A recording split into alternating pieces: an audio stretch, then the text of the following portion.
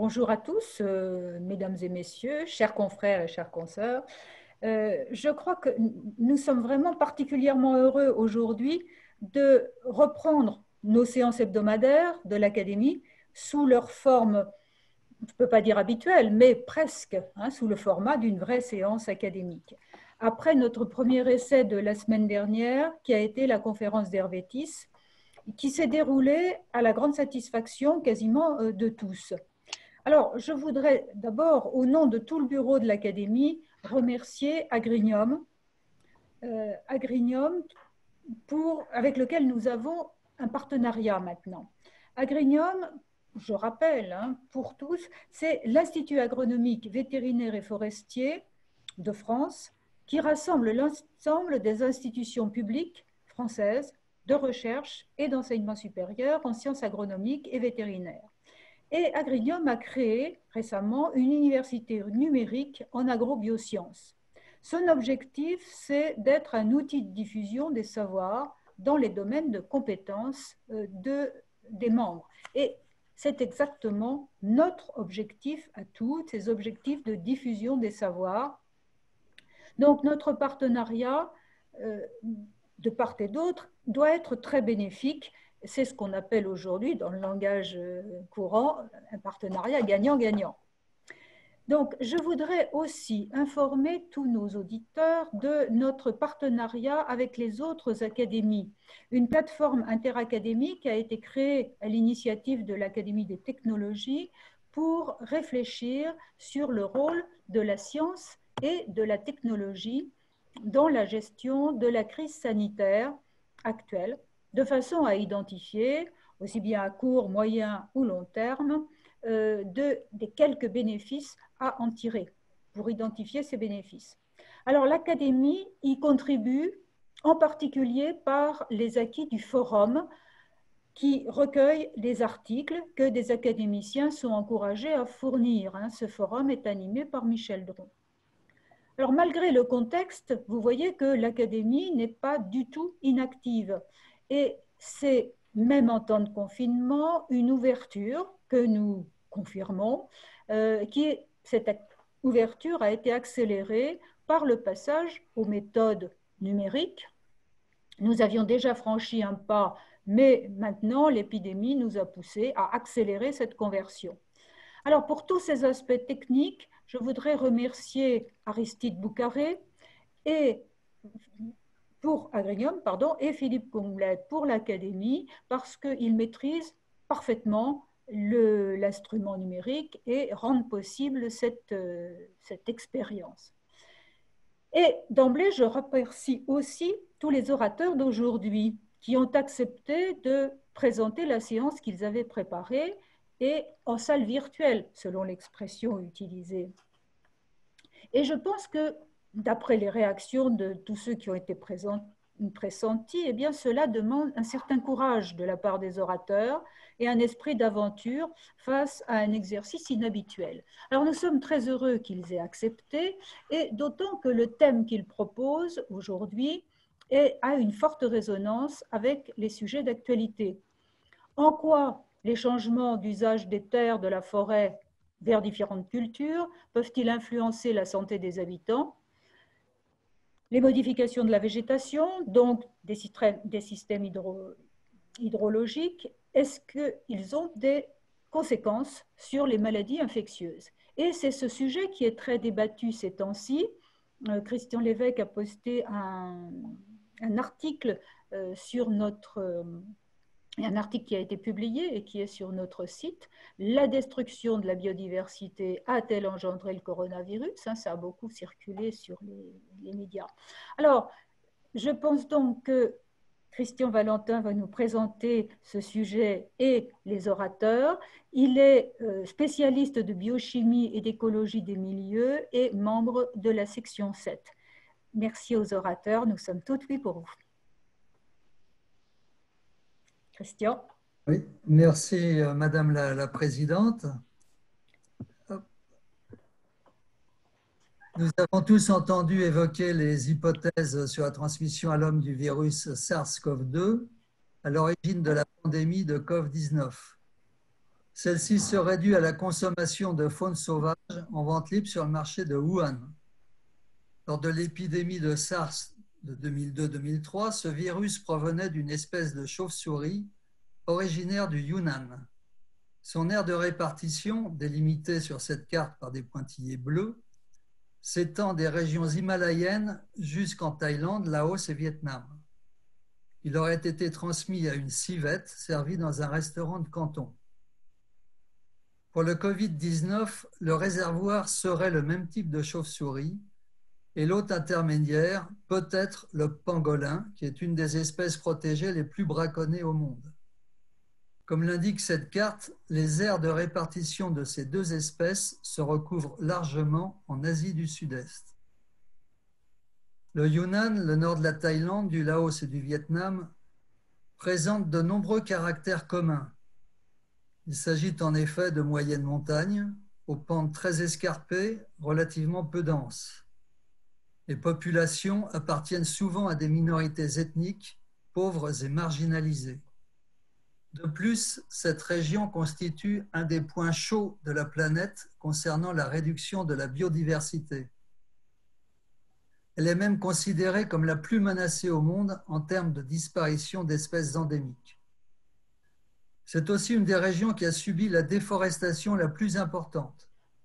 Le Laos a perdu près de 20% de son couvert forestier entre 1982 et 2002, et le nord de la Thaïlande près de 40% entre 61 et 98. La guerre du Vietnam avait déjà réduit de moitié la forêt vietnamienne. 40% ont encore été perdus au cours de la seule période 90-2005. Cette déforestation massive s'est poursuivie ces 2 dernières décennies. Les suivis par télédétection de résolution de 30 mètres sont bien plus fiables que les données officielles des pays. Ils indiquent pour la période 2001-2018 une réduction supplémentaire de 10% en Thaïlande, 16% au Laos et 16% au Vietnam. Il faut noter que les paysans défrichent la forêt de moins en moins comme autrefois pour se nourrir, mais pour planter des arbres, comme le teck pour le bois d'œuvre, ou d'autres comme l'EVA pour fournir des produits destinés à l'industrie. Parallèlement à cette déforestation, cette région a aussi connu un gain de couvert arboré, représenté ici en bleu. À part quelques recrues naturels forestiers au nord du Vietnam, il s'agit surtout de nouvelles plantations commerciales destinées à la production de bois d'œuvre comme le teck au Laos et de produits industriels comme le caoutchouc naturel tiré de l'EVA en Thaïlande ou de pâte à papier à partir de l'eucalyptus au Vietnam. Nous n'aborderons pas cet après-midi les questions locales de sécurité alimentaire que pose ce remplacement des champs vivriers par des plantations commerciales. Cette séance va porter sur les effets de ces plantations sur l'environnement en termes de sol, d'eau et de biodiversité et leurs conséquences sur la santé. En particulier, elle devrait montrer qu'il ne faut pas confondre forêt et plantation, comme la FAO qui continue à définir la forêt comme tout terrain de plus d'un demi-hectare, couvert d'arbres de plus de 5 mètres de haut, assurant un couvert supérieur seulement à 10%. Cette séance doit surtout illustrer comment les maladies infectieuses sont souvent favorisées par ces changements d'usage des terres. Anneke de Rauw, agronome à l'IRD, présentera des trajectoires de changement d'usage des sols et leur effet sur le ruissellement et l'érosion. Emma Rochelle Newell, microbiologiste à l'IRD, montrera ensuite comment l'érosion hydraulique constitue un mode important de propagation des pathogènes. Enfin, Serge Morand, épidémiologiste du CNRS, disposera de plus de temps pour détailler comment ces changements d'usage des sols accentuent les risques épidémiques tant pour les animaux que pour les hommes. Malgré le décalage horaire, il interviendra à partir d'un petit village du nord de la Thaïlande où il est en accueil au CIRAD. Ces présentations seront suivies chacune des minutes d'échange et Kim Blombled va expliquer les modalités. Et ensuite, Bernard Hubert, membre de l'Académie, tirera les conclusions de cette séance en élargissant notamment son cadre géographique. Donc Philippe. Écoutez, merci pour cette introduction. Donc juste pour vous dire que ce n'est pas habituel à l'Académie, mais nous prendrons donc des questions après chaque intervention. Nous prendrons 3 questions en compte, 2 qui proviendront des questions que vous pouvez envoyer par écrit en cliquant en bas de votre écran sur la commande questions-réponses, et une question par apparition à l'écran. Et pour ce faire, il vous faudra lever la main. Voilà. Et donc, on fera 3 questions après chaque intervention avant la conclusion par Bernard. Voilà. Merci. Donc, Anneke.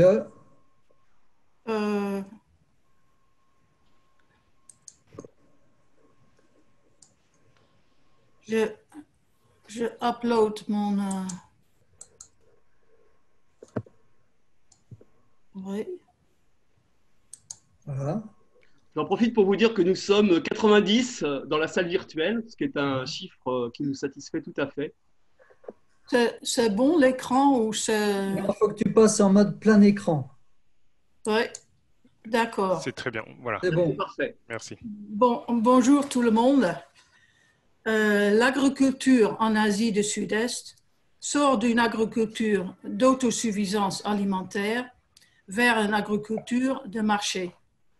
Toutefois, le modèle occidental, qu'on peut définir en quelques mots-clés suivants, spécialisé, uniformisé, mécanisé, puis l'accroissement de la taille des parcelles et surtout utilisation massive d'entrants industriels. Ce modèle-là n'est pas applicable tel quel en Asie du Sud-Est. Il y a 2 caractéristiques qui doivent être prises en compte. Premièrement, c'est la topographie qui sépare 2 domaines. Celui du riz inondé, souvent appelé riz irrigué, mais en réalité, ce riz est cultivé dans les casiers entourés de diguettes, le ruissellement venu de l'amont en saison de pluie. Cette culture est pratiquée dans les vallées et des bas-fonds équipés de terrasses.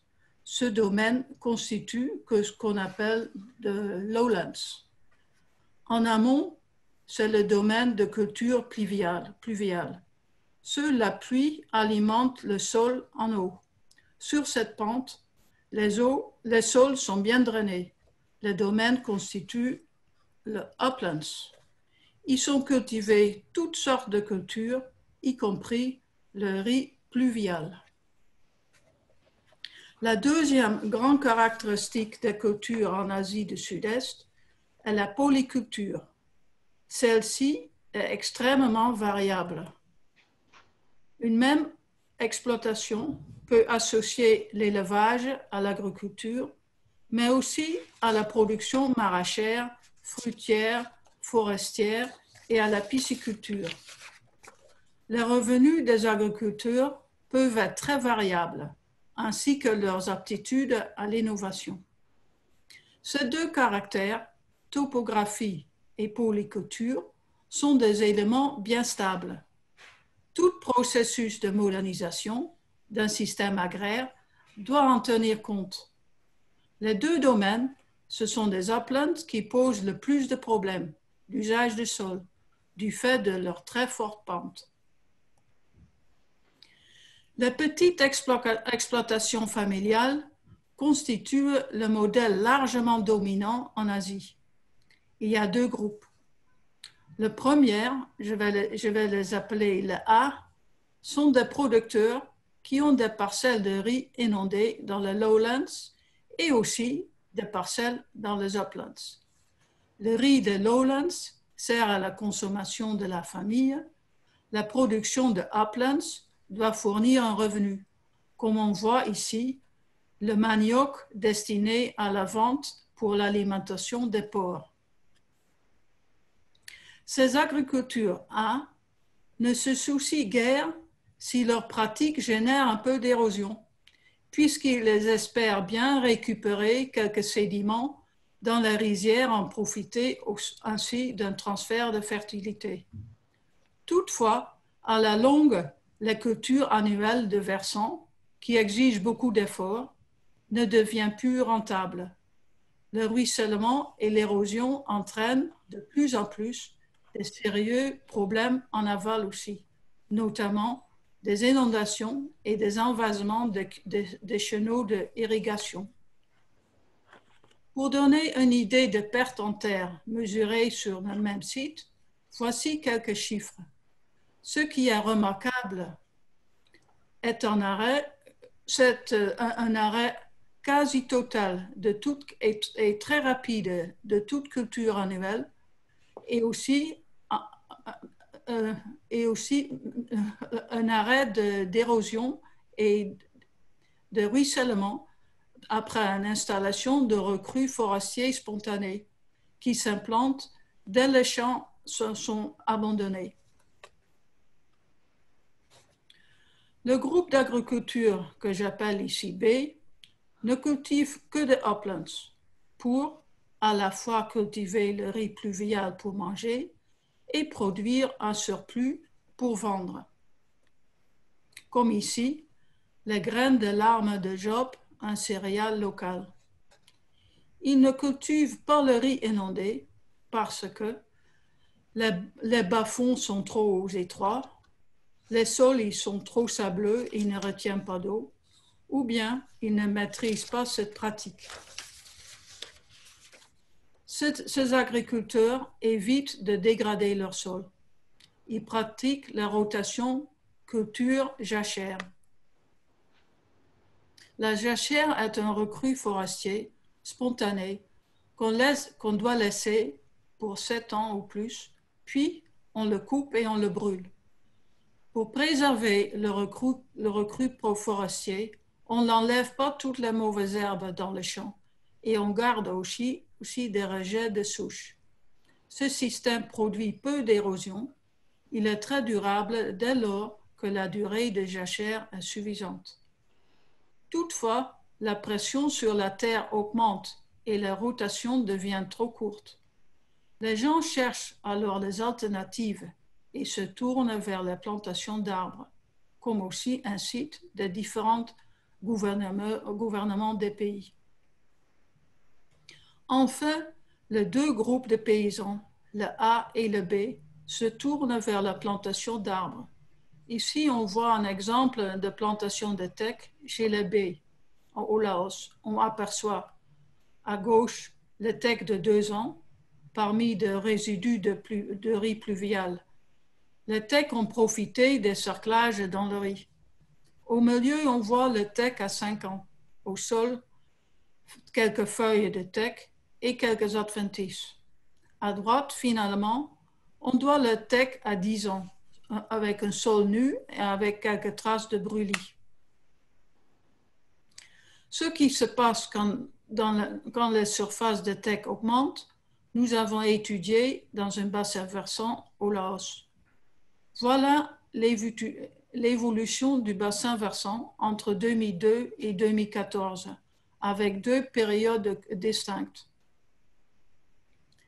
À gauche, on voit de 2002 jusqu'à 2007-2008 les rotations de riz jachère, suivies plus loin entre 2008 et 2014 d'une expansion rapide des plantations de teck en marron.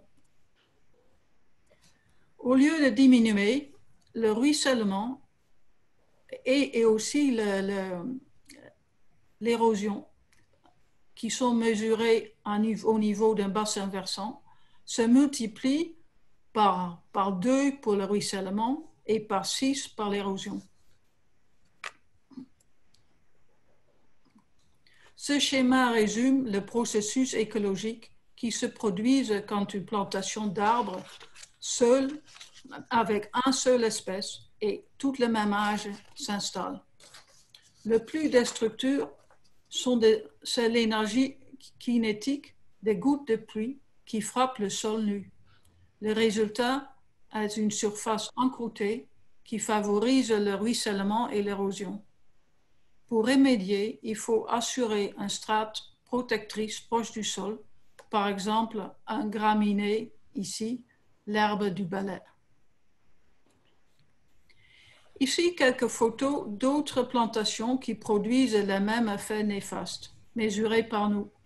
Hevea à gauche et un arbre Venetia montana destiné à la production de biocarburants. Je vous remercie de votre attention.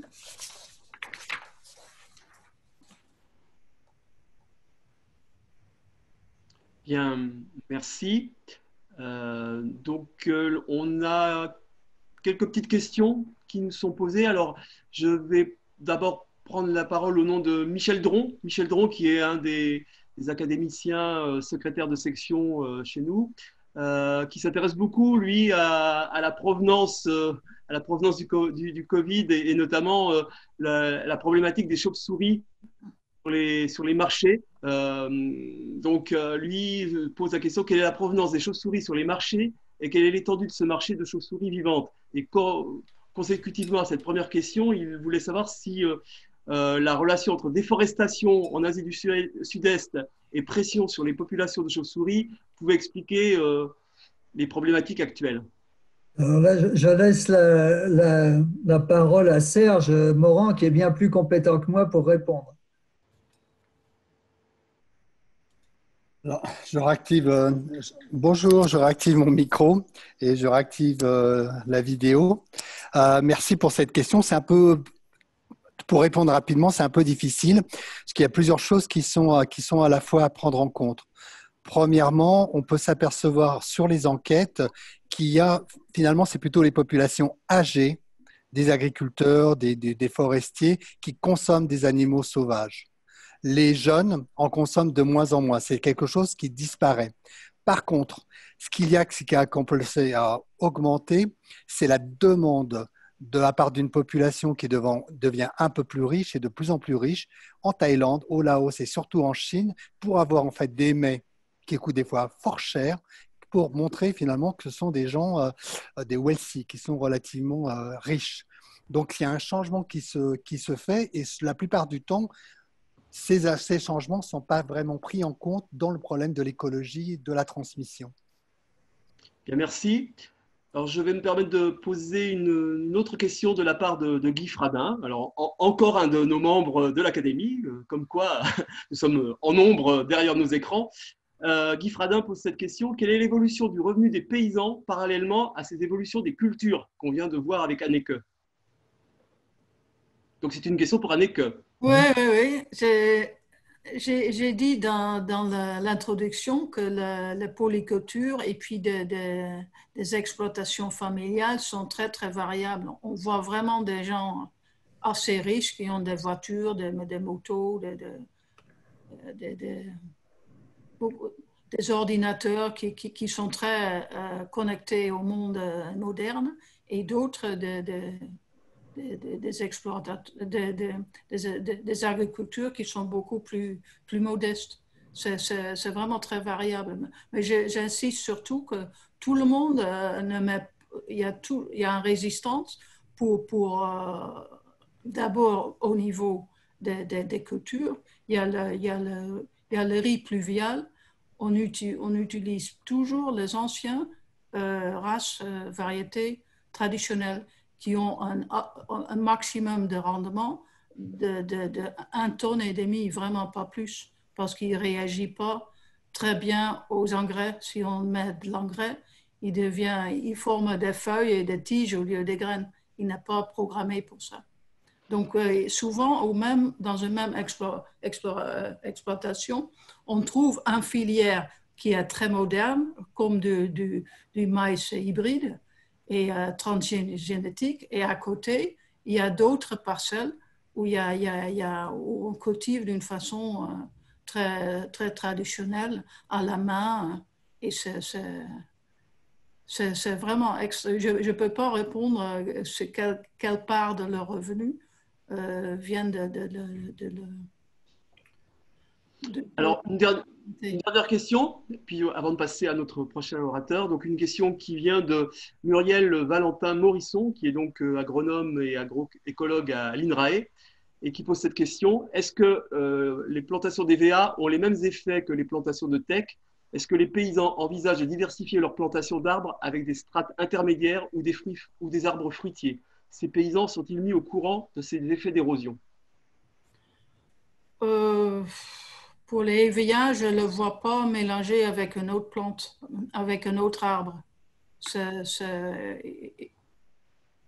Et puis,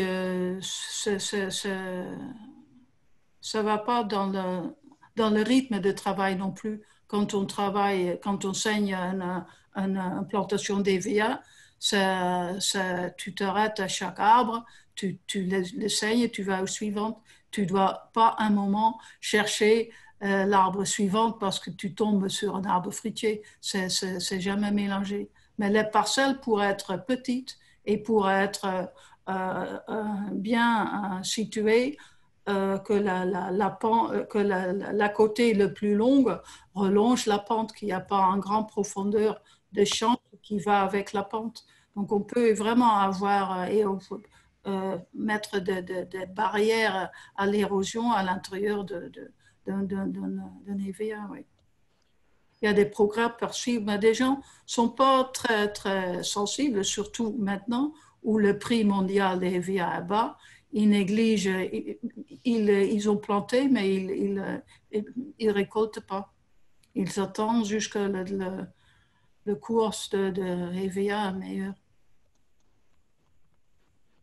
Bien, merci. Alors pour ceux, parce que je vois que les questions se multiplient, donc ceux qui n'auront pas trouvé réponse immédiatement, toutes les questions que vous posez par écrit en utilisant bien la commande QR et non pas la commande chat, vous seront envoyées donc aux orateurs. Voilà, merci. On passe à notre orateur suivant.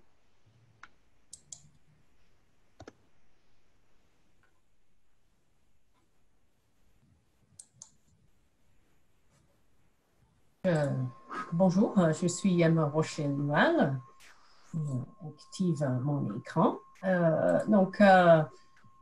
D'abord, j'aimerais vous remercier pour cette opportunité de faire mon premier webinaire.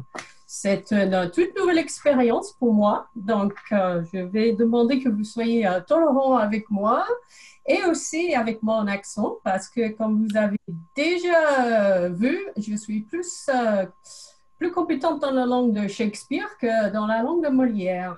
Donc, je remercie Christian et Anneke aussi pour leur présentation qui me permet de construire sur leurs résultats pour présenter ce que je vais vous présenter. Je vais parler un peu des liens entre les changements d'usage de terre, l'hydrologie, la production de sédiments et les risques de pollution bactérienne. Donc, avec les deux précédentes présentations, on a vu qu'on peut avoir des grandes différences en termes de l'usage dans les différents bassins versants. Pour ma présentation ici, je vais focaliser sur les trois bassins versants qu'on suit en Asie Sud-Est, donc au Vietnam, au Laos et aussi en Thaïlande. Et dans les photos à gauche, on voit les différences entre les trois sites. Donc, comme Anneke a montré, au Laos, on a les arbres en teck avec une augmentation du nombre d'arbres en teck. On a un peu de couverture végétale au sol, mais on a aussi le sol nu. Donc, c'est aussi une mosaïque paysager qui est beaucoup plus mixte, comme on voit dans les cartes d'usage de terre sur la droite. Les différentes couleurs correspondent à des différentes couvertures végétales. Hein.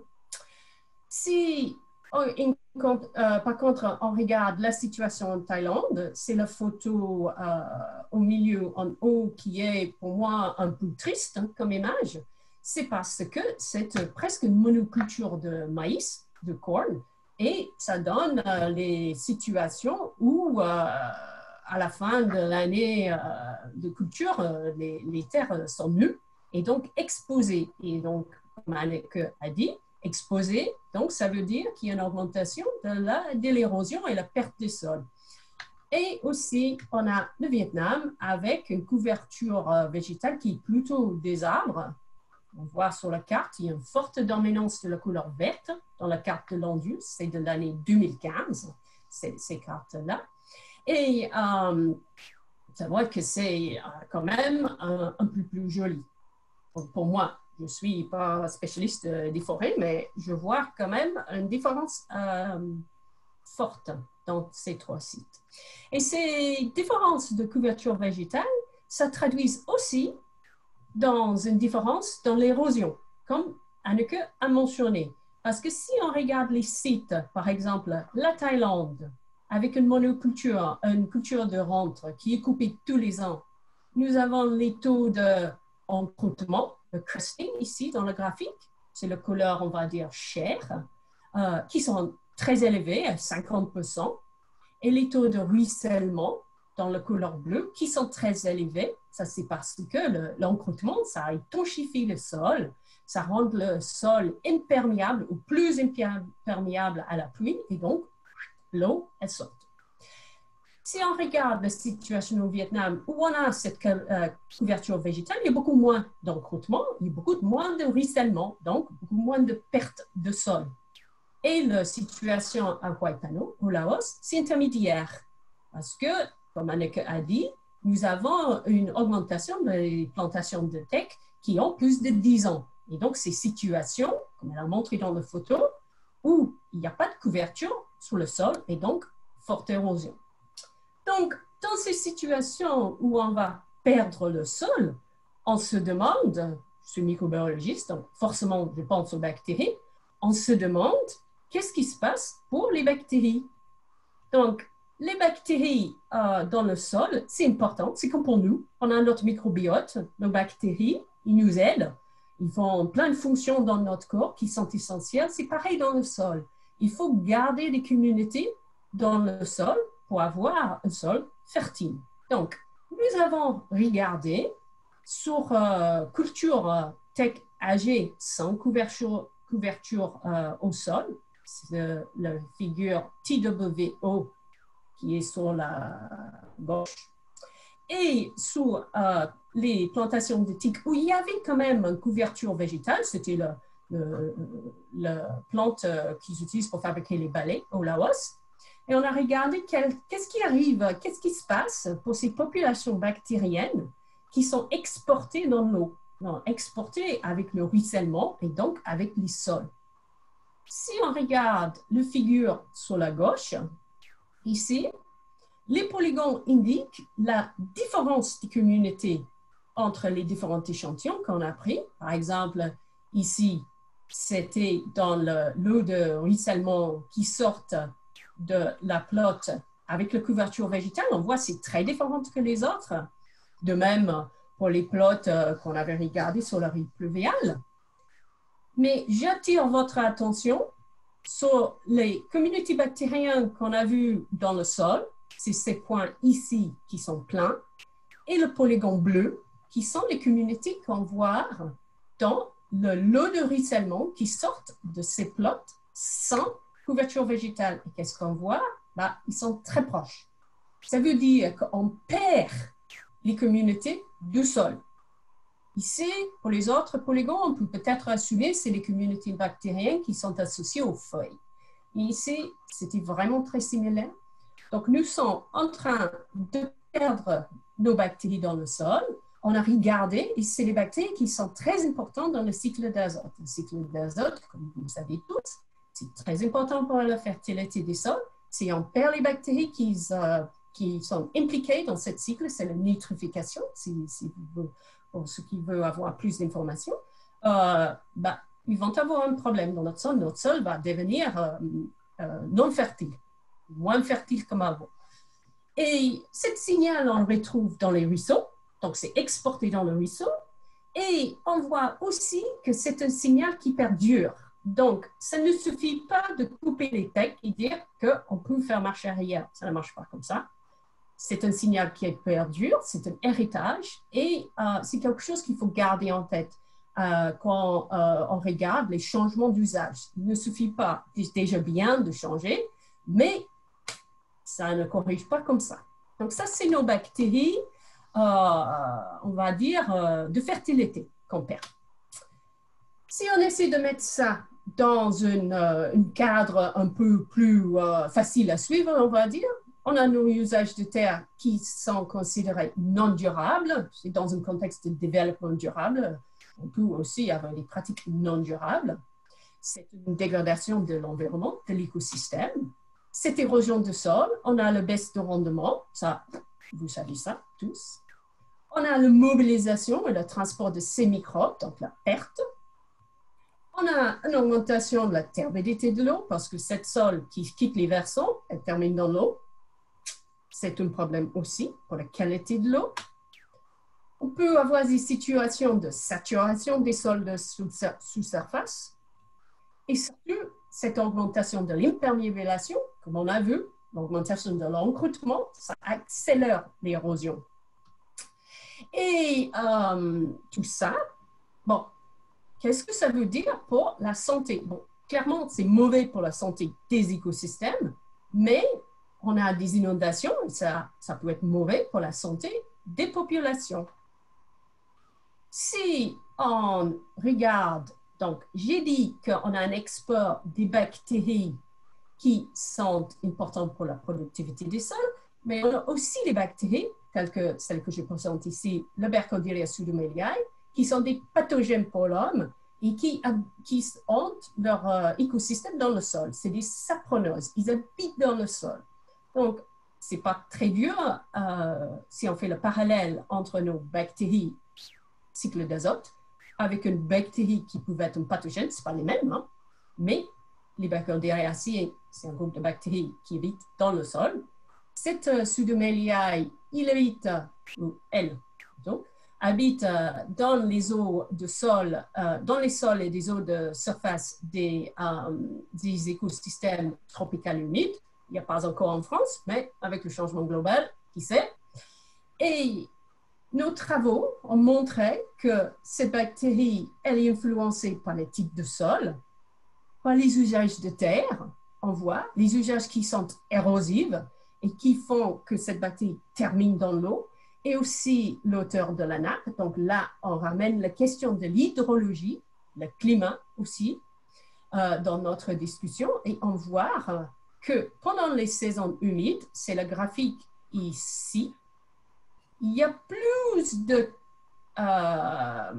échantillons, la présence de la bactérie, elle est plus élevée lors des saisons de pluie, quand on a l'érosion, quand on a le ruissellement, quand on a les épisodes de pluie très fortes, par exemple les cyclones, les typhoons, et ça corrèle avec les cas cliniques.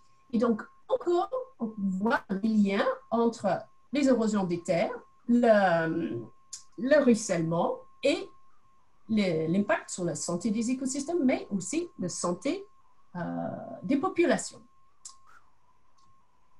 Pour mettre ça un peu plus ensemble, nous avons trouvé qu'il y a un impact de la régime hydrologique, l'auteur de la nappe, la pluie, la saison des pluies, le climat, excusez-moi, les activités humaines, la décision politique, avec à parler de le changement des usages, que le gouvernement, des fois, ils encouragent les paysans à planter les cultures plutôt de tech pour avoir de l'argent, c'est normal, c'est pour augmenter diminuer la pauvreté dans les populations, c'est des stratégies qui existent dans les pays, mais peut-être il peut avoir des conséquences négatives, par exemple sur la santé.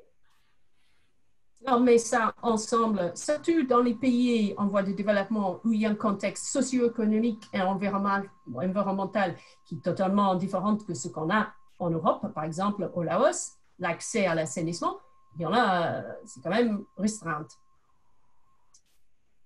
Et nous avons pu mettre en évidence que l'hydrologie, les activités humaines, les décisions politiques, ils ont un impact sur la santé des populations dans le bassin versant au Laos où on travaille. On voit que il y a de plus de cas de diarrhée, c'est dans le graphique ici, à la fin de la saison des pluies et au début de la saison des pluies. Donc, l'influence climatique hydrologique est évidente. À la fin de la saison des pluies, c'est parce que les gens ils vont utiliser les eaux de surface qui sont contaminées. Ils n'ont pas d'eau potable, ils n'ont pas le robinet dans la maison comme nous. Et au début de la saison des pluies, quelques semaines après, il y a un autre pic. Ça correspond à la période des inondations, comme on voit ici dans le graphique, parce que souvent, quand il y a des inondations, les enfants, il fait chaud, ils vont jouer là-dedans. Et c'est comme ça, ils peuvent attraper les maladies qui viennent des versants de surface du sol, à cause de la latrine sauvage ou le berchodéria, comme j'ai mentionné, qui peut aussi terminer dans l'eau très turbide, comme on voit lors de ces épisodes pluvieux. Donc, pour continuer avec notre petite diagramme des flux, OK, on est parti, on a terminé là. Le baisse de rendement, ça amène à la malnutrition, vous le savez tous, on ne va pas en parler. Par contre, l'augmentation de la turbidité de l'eau et les inondations, ça peut contaminer les sources d'eau potable. Ça peut être l'eau potable qui va être traitée, ça va monter les coûts de traitement, ou c'est l'eau de surface qui est les populations, certaines populations sont obligées d'utiliser ces sources pour leurs eaux domestiques, pour se laver, etc. Donc, il y a ça. La malnutrition, ça amène à une susceptibilité aux infections. Quand on n'a pas assez de nourriture, on est plus faible. Hein, ça, c'est pas moi qui étudie ça, mais je t'ai montré. Avec la mobilisation et transport des microbes, nous avons une augmentation de l'exposition aux pathogènes, notamment ces sapronoses qui habitent dans le sol, qui habitent dans l'eau, ce qui amène à des maladies et la mortalité. Et donc, le message que je voulais transmettre ici, c'était vraiment qu'il y a un système interactif entre les usages de terre, l'hydrologie, la santé. On ne peut pas examiner un côté ou l'autre. Il faut examiner tout ensemble. C'est vraiment important parce que quand des fois certaines décisions, ils ont un impact plus loin. Et c'est pour vraiment garder en tête toutes ces différentes conséquences que je voulais. C'était le message final avant-dernière de mon exposé. Et je vais terminer avec quelques conclusions parce que c'est quelque chose que je tiens à cœur.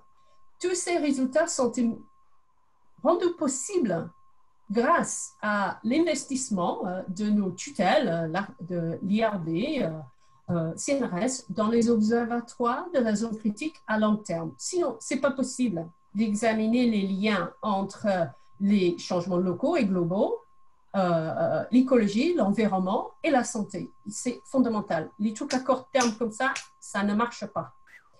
Et ces sites, ils sont un lieu de rencontre entre disciplines qui permet les regards croisés entre les microbiologistes, les biogéochimistes, les hydrologues et les personnes qui travaillent dans la santé. Les sciences sociales, ils sont essentiels pour avoir cette compréhension de nos socio-écosystèmes. Et c'est que comme ça, on va pouvoir apporter les solutions concrètes aux enjeux de développement durable, mais aussi à des questions de recherche plus fondamentales. C'est un ensemble.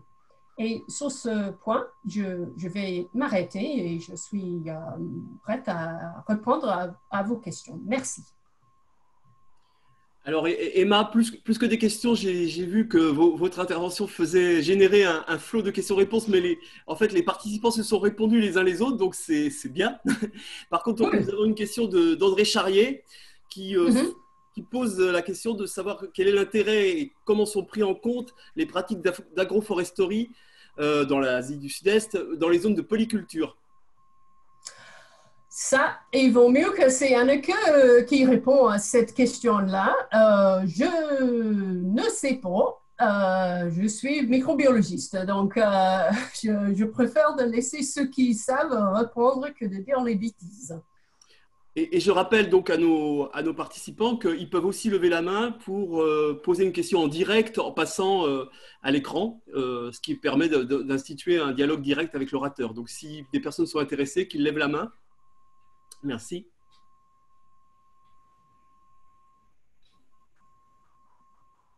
Donc, pas de Il y a une réponse. personne, si, il y a une personne, Dominique Job. Dominique Job demande à prendre la parole en direct. Donc, Aristide, si tu peux lui passer la parole. Je viens, il faudrait que... Dominique, si vous m'entendez, il faudrait activer votre micro.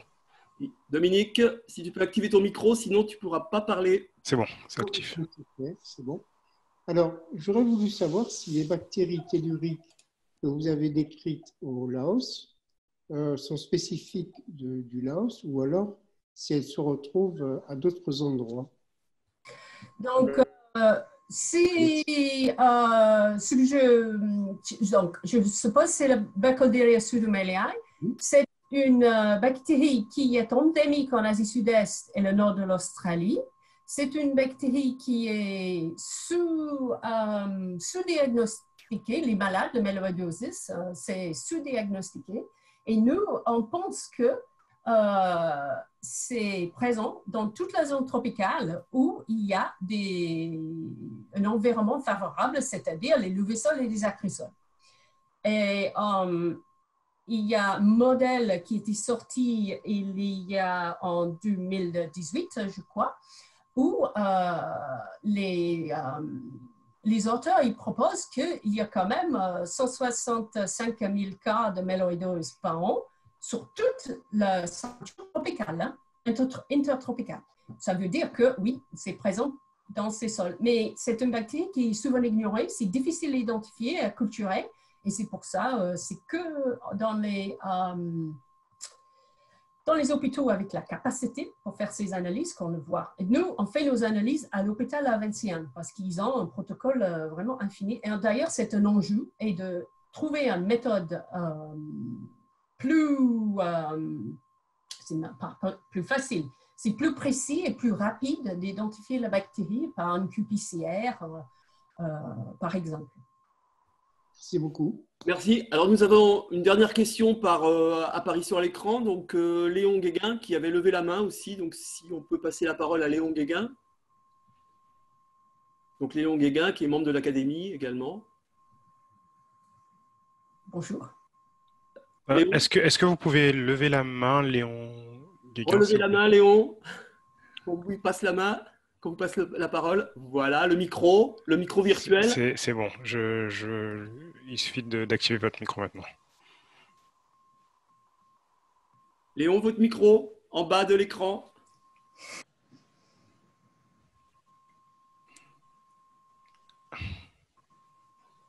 Allô, allô? Léon, on ne vous entend pas si vous n'activez pas votre micro. Là, est-ce que vous pouvez essayer de parler Oh, vous avez désactivé. Excusez-moi, c'est une erreur de manipulation. Il n'y a pas de souci. Voilà, Léon, la parole est à vous. Non, c'est fini, C'est erreur de manipulation. Merci. Bon, okay. La question fut brève. Bien. Bien, écoutez, je pense qu'on peut passer à l'orateur suivant. Ok.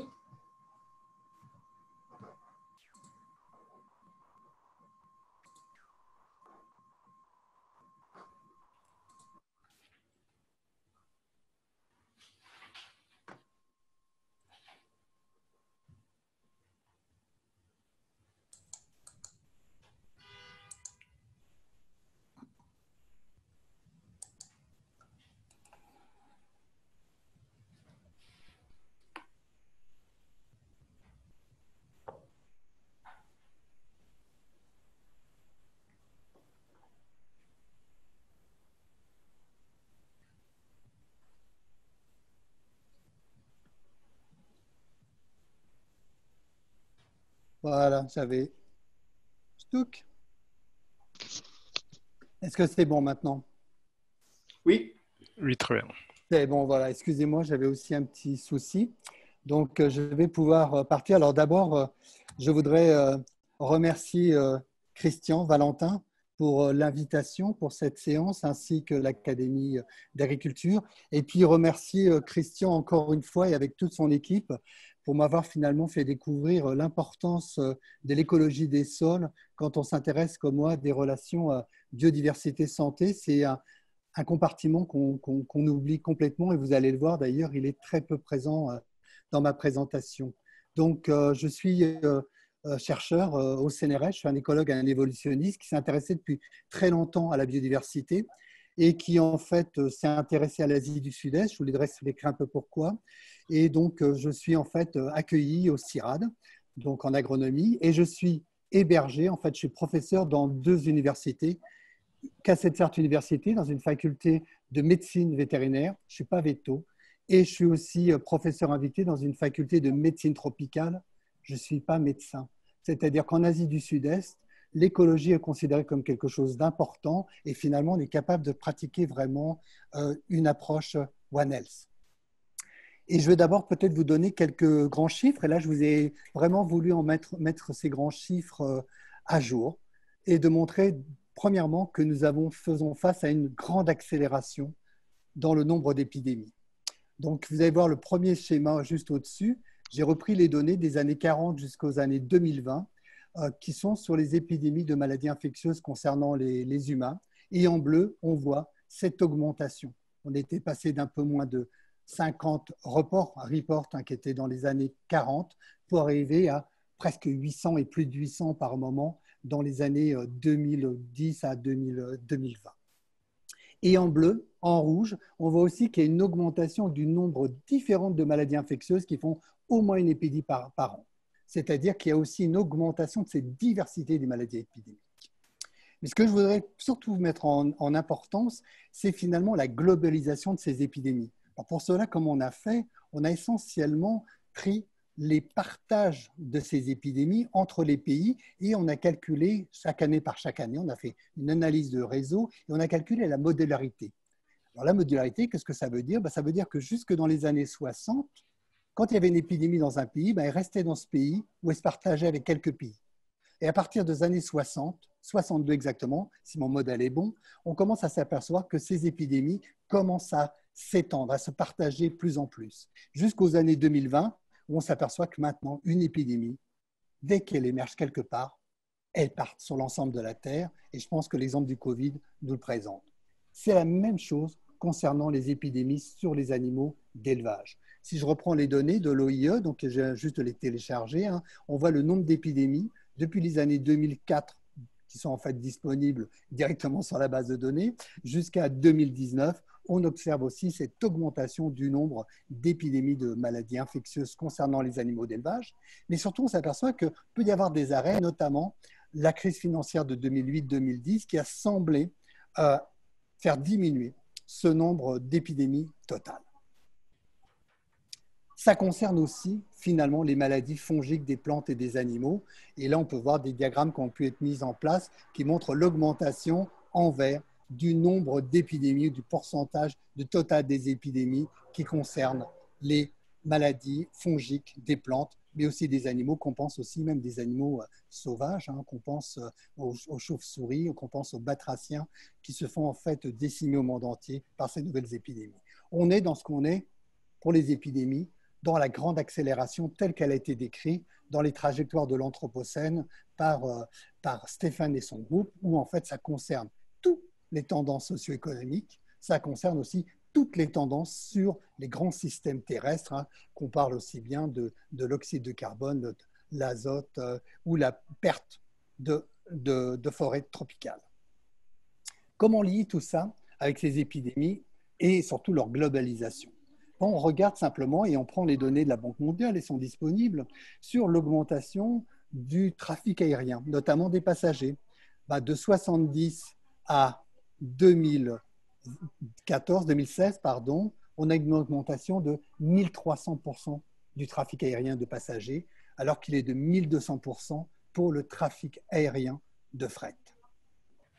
Et si on lit finalement ces deux, finalement cette modalité, cette globalisation avec cette augmentation du trafic aérien, donc je relis finalement le total fret, j'aurais pu prendre les passagers, c'est la même chose, avec cette globalisation, c'est-à-dire cette modularité des épidémies entre les différents pays, et je m'aperçois bien qu'effectivement, cette globalisation est bien liée à l'augmentation du trafic aérien mondial. On voit 2017 étant à ce niveau-là.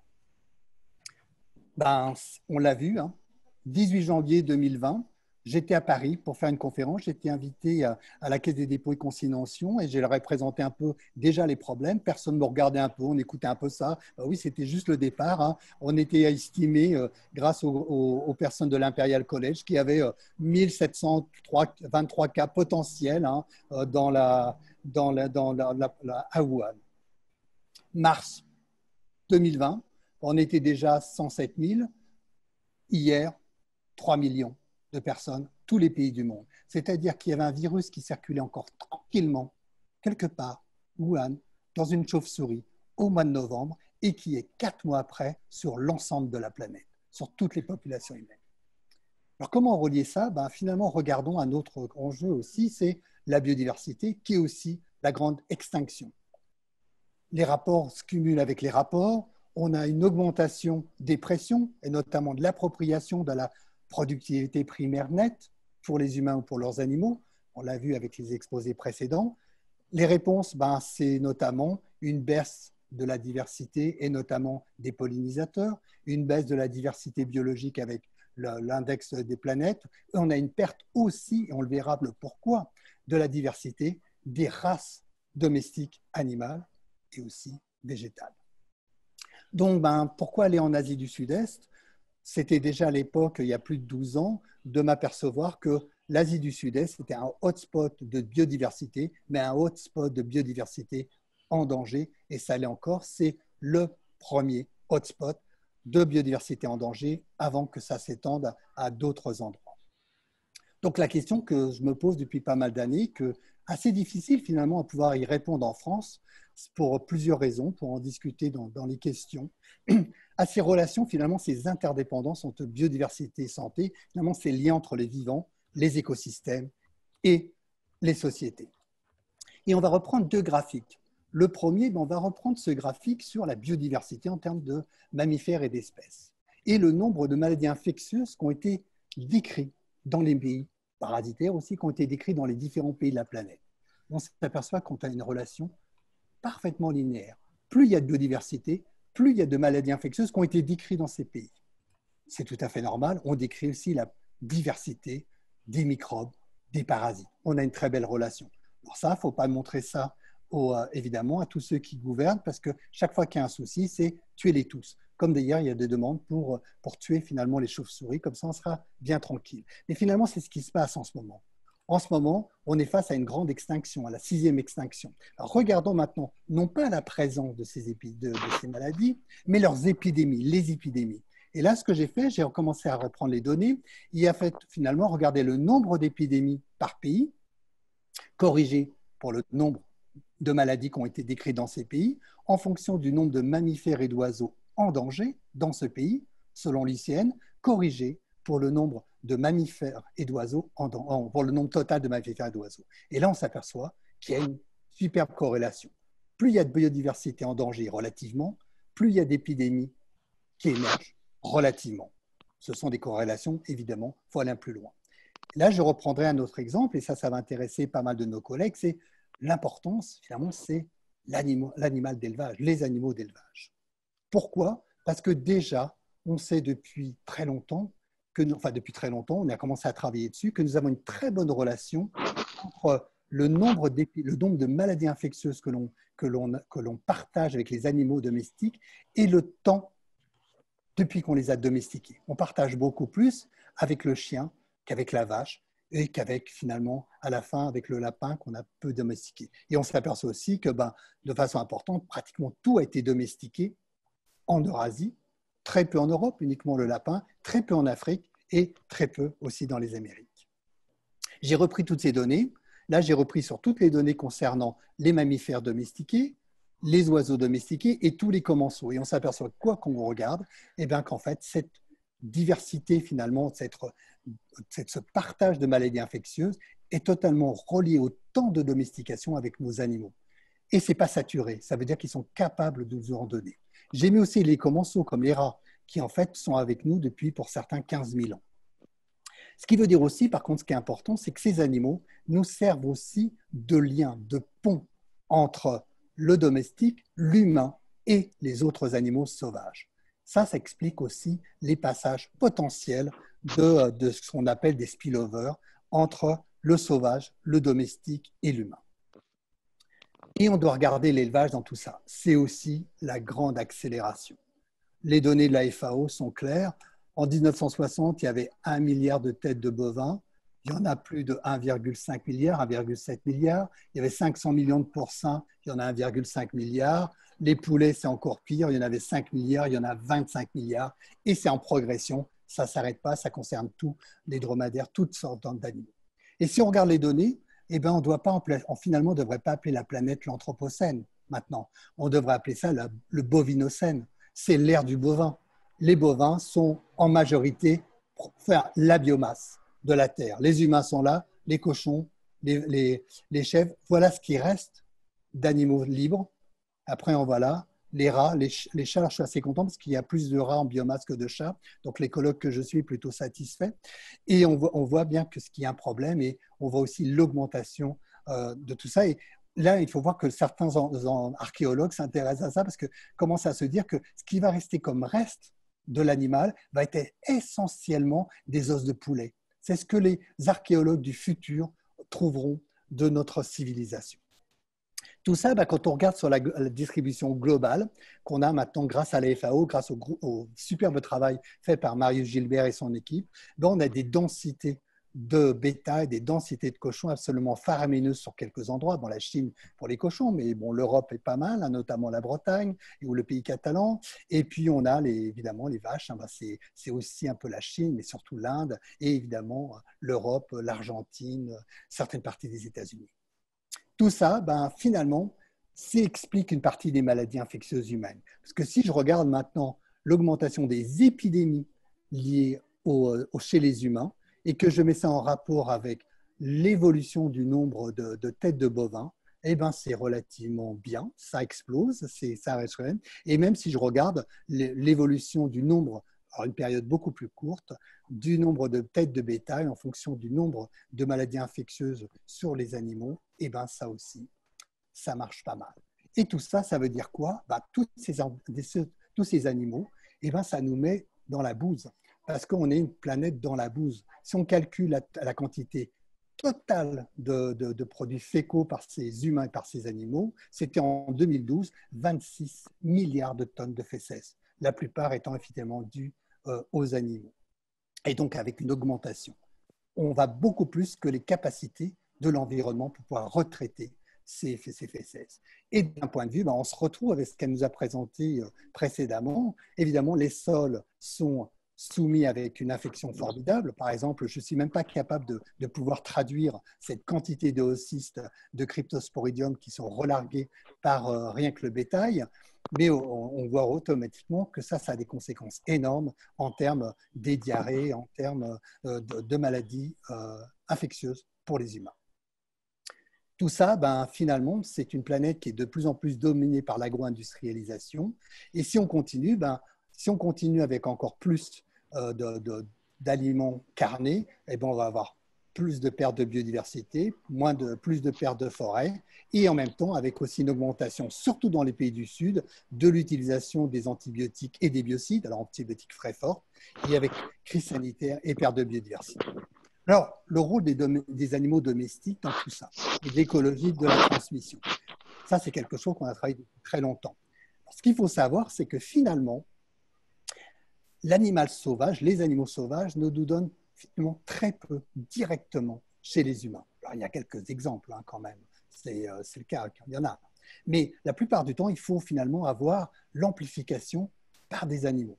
Ça va être déjà les vecteurs, moustiques, tiques, puces et tout ça, ça va être tous les animaux domestiques, mais dedans, je mettrai aussi, pas dans le sauvage, comportement sauvage, mais je mettrai évidemment les rongeurs commensaux qui sont fortement importants.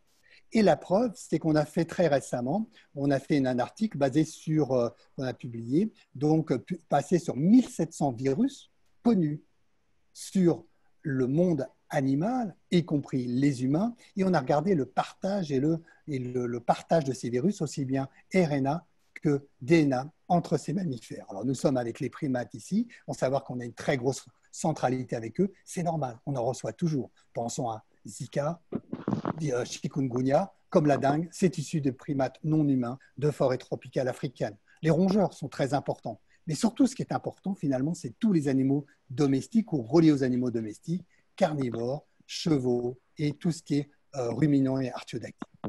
Les chauves-souris, pas tant que ça, pas tant que ça. On a quelques exemples, mais ce n'est pas la majeure partie et ce n'est pas le fardeau le plus important en termes épidémiques pour les humains.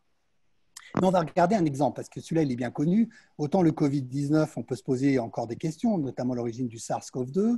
Ce n'est pas du tout clair, avec des relations avec un pangolin. Ça peut être une civette. Il y a encore aussi des exemples forts pour dire que ça peut être passé par un carnivore. Mais quoi qu'il en soit, il a fallu avoir un autre intermédiaire dedans.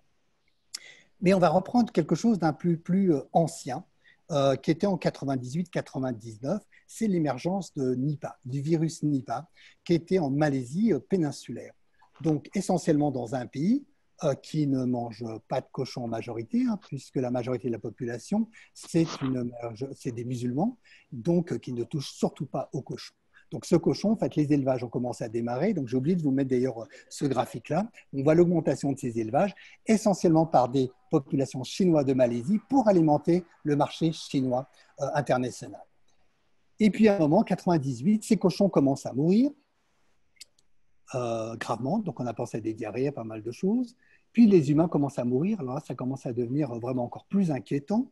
Et puis, des personnels des abattoirs qui recevaient ces cochons donc à Singapour, commence aussi à mourir. Donc ça, c'est panique internationale, on ferme tout, on tue plus d'1 million de cochons. Finalement, on a eu 265 personnes infectées, mais comme le virus était relativement virulent, on a eu 105 personnes mortes. Qu'est-ce qui s'est passé exactement? Il s'est passé qu'en fait, un virus, une chauve-souris, finalement, a contacté un virus, a contacté, je ne peux pas parler, un virus a contacté, en fait, une chauve-souris, en fait, s'est déplacée de Bornéo, suite finalement aux abattages importants de la forêt de Bornéo, transformée en palmier à huile, en plus dans un événement El Niño très sec, où il y avait des feux de forêt qui étaient mis sur ces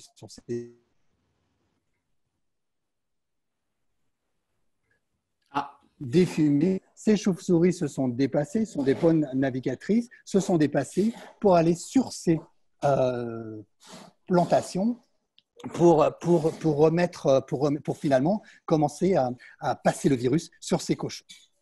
Donc, qu'est-ce qui s'est passé finalement? C'est conversion de ces forêts en plantation de palmier à l'huile, mouvement de chauve-souris, ferme en Malaisie pour le marché régional de Singapour. C'est un exemple typique d'une mondialisation en marche, c'est-à-dire qu'un virus qui était improbable qu'il puisse aller d'une chauve-souris à un cochon s'est retrouvé ensemble.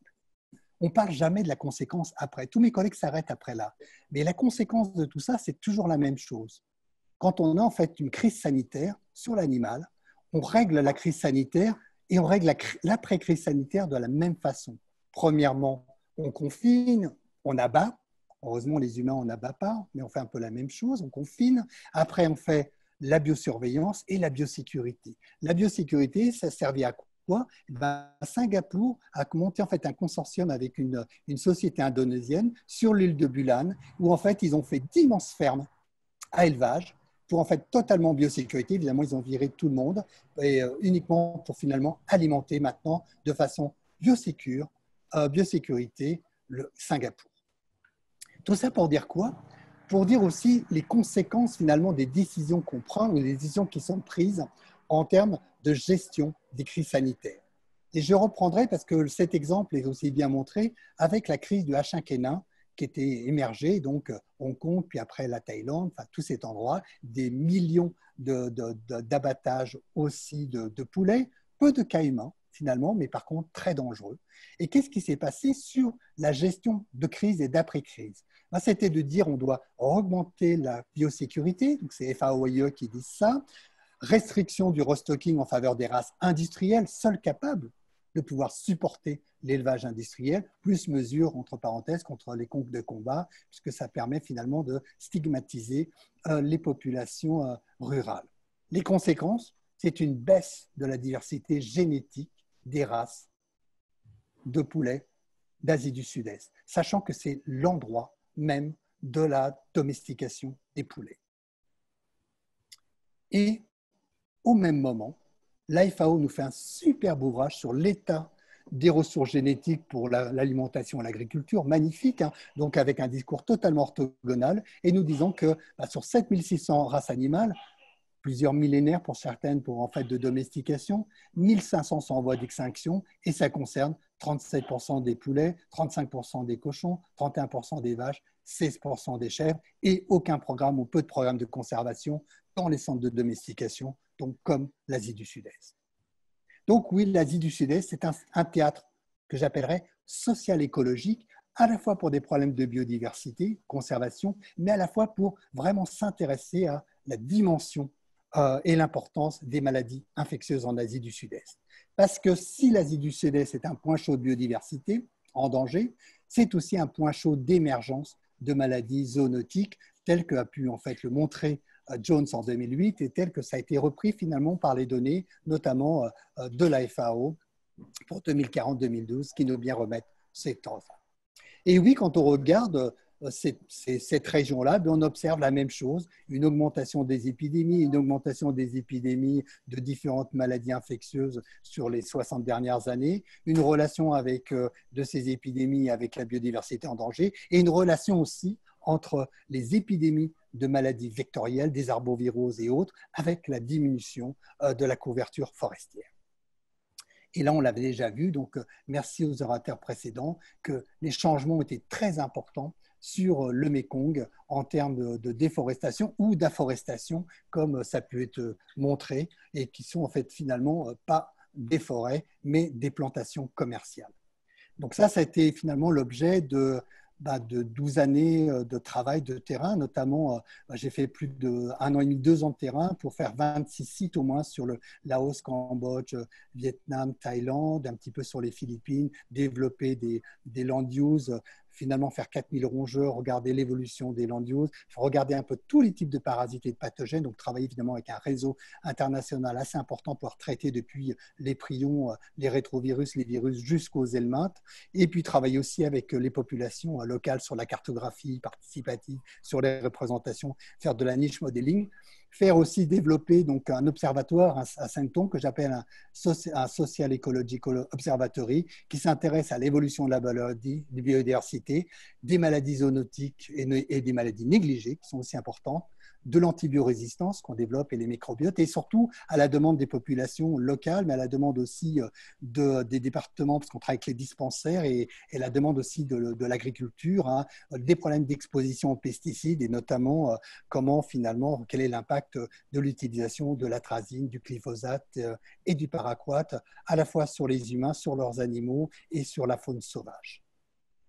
Qu'est-ce qui se passe? Finalement, toutes ces données nous donnent bien que quand on regarde finalement sur quelques maladies liées aux rongeurs, hein, ce qu'on appelle les rodent-borne disease, que les changements d'usage des terres qui sont en fait ont pu être observés sur une vingtaine d'années sont bien reliés avec des augmentations importantes de prévalence de différents agents pathogènes pour les humains, et notamment les leptospires, les entovirus, entre autres.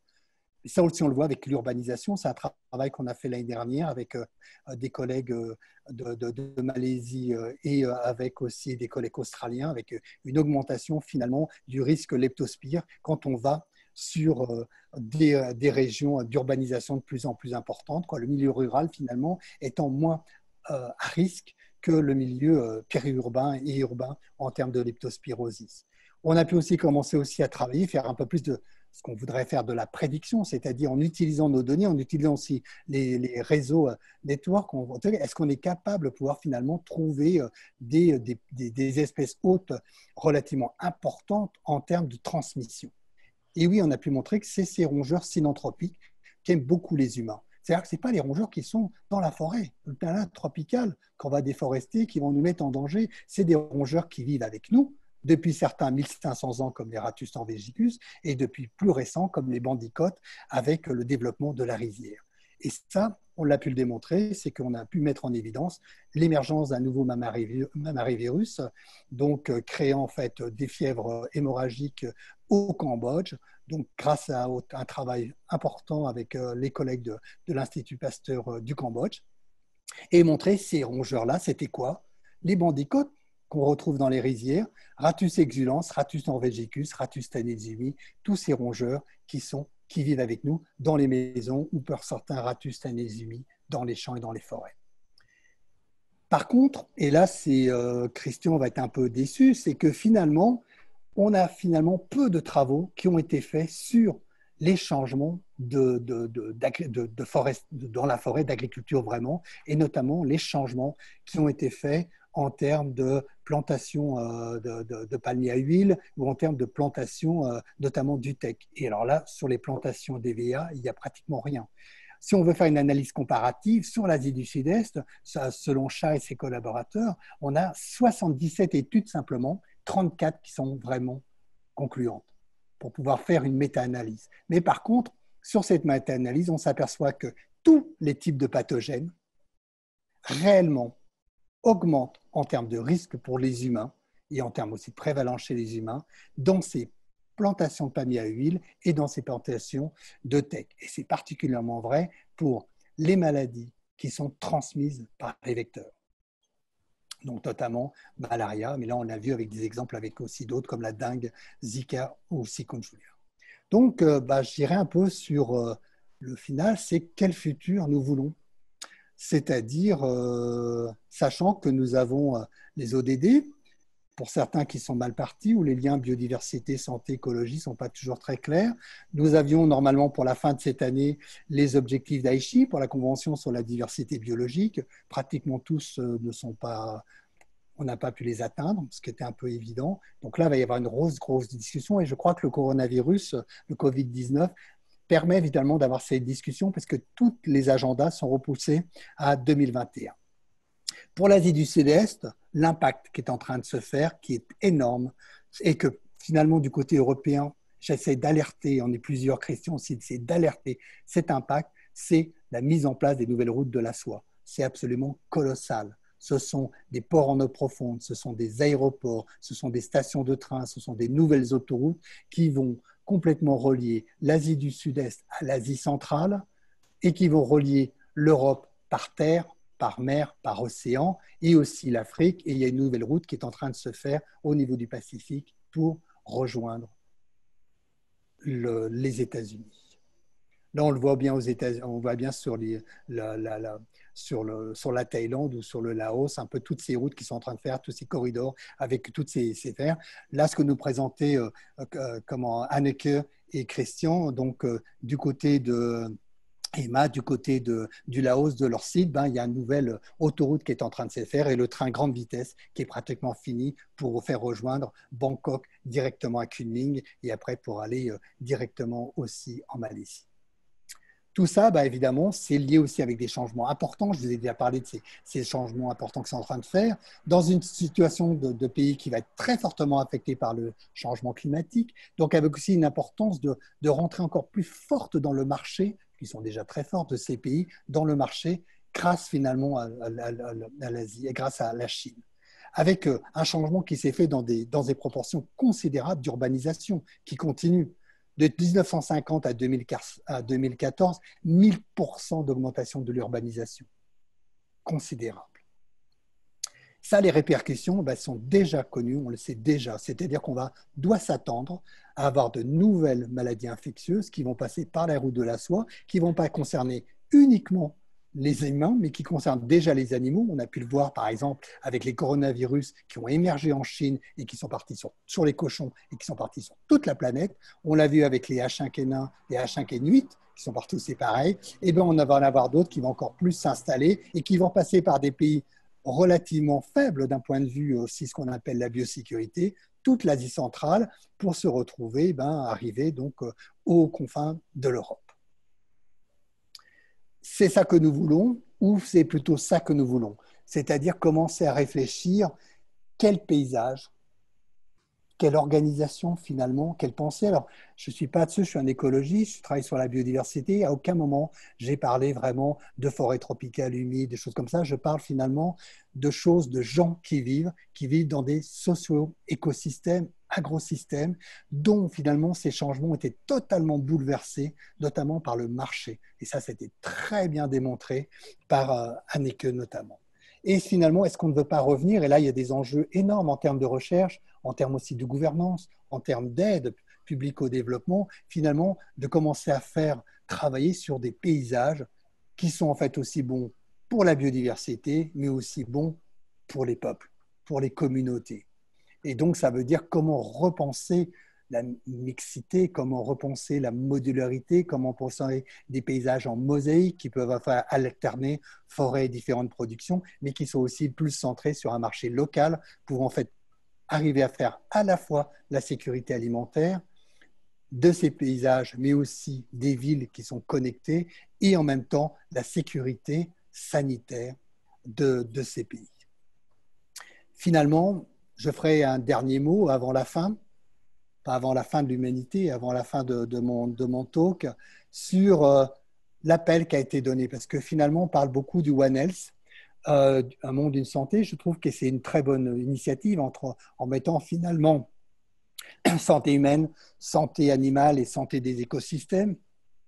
Mais je voudrais reprendre quelque chose qui a été lancé maintenant il y a 3 ans par le Lancet, par la Fondation Rockefeller qui a été importante dans la révolution verte, importante aussi dans la lutte contre les maladies infectieuses, qu'on pense notamment à la mise en place du vaccin contre la fièvre jaune. Et ils ont développé le concept de santé planétaire qui s'approche très rapidement aussi finalement des limites planétaires du Rockstrom Institute, qui est très proche finalement aussi des données de l'Anthropocène. Le concept de santé planétaire est basé sur la compréhension que la santé humaine et la civilisation humaine dépendent de systèmes naturels florissants et de la saine gestion de systèmes naturels. J'aime bien le saine gestion. Pour dire aussi après que les solutions sont à portée de main, alors ça c'est peut-être un peu optimiste, mais doivent être basées sur une redéfinition de la prospérité. C'est-à-dire qu'on doit suivre des recommandations notamment de prix Nobel en disant qu'on abandonne le PIB et qu'on retourne sur des critères de l'économie tels qu'ils sont, c'est-à-dire le bien-être et le bien-être économique qui soit mesuré par ce bien-être, pour se concentrer sur l'amélioration de la qualité de vie et la prestation d'une meilleure santé pour tous, ainsi que le respect de l'intégrité des systèmes naturels, qui sont en fait finalement importants pour cette santé. Des systèmes dégradés, on sait d'ailleurs que ce sont les pauvres qui les subissent, cette injustice écologique, parce qu'en fait ils sont victimes d'une injustice sociale et d'une injustice économique, et qui finalement supportent l'injustice de santé. Et finalement, quelque chose qui s'adresse à nous tous et à moi particulièrement en tant que scientifique, c'est que les systèmes actuels de gouvernance et d'organisation des connaissances humaines sont insuffisants pour faire face aux menaces pour la santé planétaire. Nous devons réfléchir à mieux communiquer. Et souvent, il y a mieux communiquer vers la gouvernance. Et souvent, je le reconnais, pour les écologistes, les écologues comme moi, ce n'est pas très facile parce que nous faisons toujours référence à la complexité, à les réseaux et on met des flèches un peu partout. Total, quand on commence à vouloir discuter avec des gens qui sont directement en pratique, qui sont directement obligés de prendre des décisions, notre message est incompréhensible. Et finalement, on dit, l'écologie, c'est intéressant, mais on y pensera plus tard. Nous avons des préoccupations plus importantes à régler maintenant. Je vous remercie de votre attention. Merci Serge Morat. Alors, beaucoup de questions suite à votre intervention, mais ce que je propose, c'est vous poser une question très précise de la part d'un des participants à cette conférence, et puis ensuite, peut-être, si Aristide peut le faire, nous passer la main à Nathalie Denoblet-Ducoudray, qui a beaucoup de choses à voir avec vous, et ensuite à Michel Dron, qui, je pense, voudrait aussi apporter une certaine forme de contradiction. Alors, je pose d'abord la question très précise. Elle a été posée par Alain Broman, qui nous dit « Mais pourquoi un tel tropisme asiatique des zoocénoses? Il existe bien des contacts animaux sauvages et bovidés ailleurs ?» Oui, alors c'est une très bonne question. Ça, en fait, c'est une question que je réponds, que je commence avec mes étudiants quand je fais mon cours One Health à Bangkok. Je leur dis, c'est un cours One Health, j'ai des vétos, j'ai des gens de la santé publique, j'ai pas beaucoup d'écologie, ça attire pas. Mais je leur dis, voilà, prenez une carte. Et puis, on regarde un planisphère. Et puis, on met un point à Bangkok, là où nous sommes. Et puis, on va tracer un cercle et on va prendre le rayon de telle manière que nous allons prendre l'Inde. Ce rayon-là, finalement, ça permet de tracer un cercle qui va prendre toute l'Inde, qui va prendre la Chine du Sud, qui va prendre le Japon du Sud et toute l'Asie du Sud-Est. Dans cet endroit, il y a la moitié de l'humanité qui vit là. L'autre moitié vit ailleurs. Mais en même temps, c'est un pays riche en biodiversité. C'est un pays très riche en diversité culturelle. C'est là qu'il y a le plus de langues aussi. C'est un pays très riche en diversité bioculturelle, en races animales et végétales. Pourquoi? Parce que finalement, là, on découvre que sur le temps évolutif, historique de la civilisation humaine en Asie, nous avons à la fois, elle n'a pu fleurir que sur une biodiversité riche. Et que cette biodiversité riche s'est traduite par cette diversité culturelle et c'est par cette diversité bioculturelle. Évidemment, elle est capable aussi de supporter une démographie forte jusqu'à un certain point, évidemment. Elle est en face de nouveaux problèmes qui sont aussi la démographie qui s'effondre donc, dans la partie de la Corée, du Japon, Taïwan. Ça va commencer en Thaïlande, une démographie encore très forte dans des pays comme le Laos, le Cambodge et aussi l'Indonésie. Donc les proximités animales-humains sont énormes. Bien. Alors Aristide, si tu peux passer la main. Donc, alors finalement, on va passer la main à trois interlocuteurs. Donc, comme je disais, donc Dominique Job, Michel Dron, pardon, Nathalie de Noblet du Coudray et Christian Lévesque qui vient de lever la main aussi. Voilà. Donc, ça nous fera trois, je pense, approches un peu complémentaires, voire différentes. Ok, donc j'ai donné la parole aux 4 personnes que tu m'as indiquées. Il faudrait juste activer les micros. Mais en attendant, Dominique Job, Michel Dron et Nathalie Noblet du Coudray, si vous le souhaitez, vous pouvez déjà parler. Et Christian Lévesque, c'est aussi bon pour vous. Alors, on commence par qui? Vous m'entendez? Oui, Michel Dron, on vous entend. Vous pouvez discuter là. Ah, ok. Ouais, merci Serge pour ce long message. Je partage en grande partie ce que tu dis. Ceci dit, comme tu le dis toi-même, tu te bases sur des corrélations.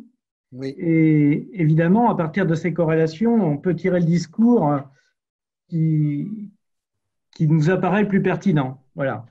Donc, et moi, j'estime qu'un des grands problèmes, c'est quand même, et tu viens de le dire à l'instant, c'est quand même la démographie.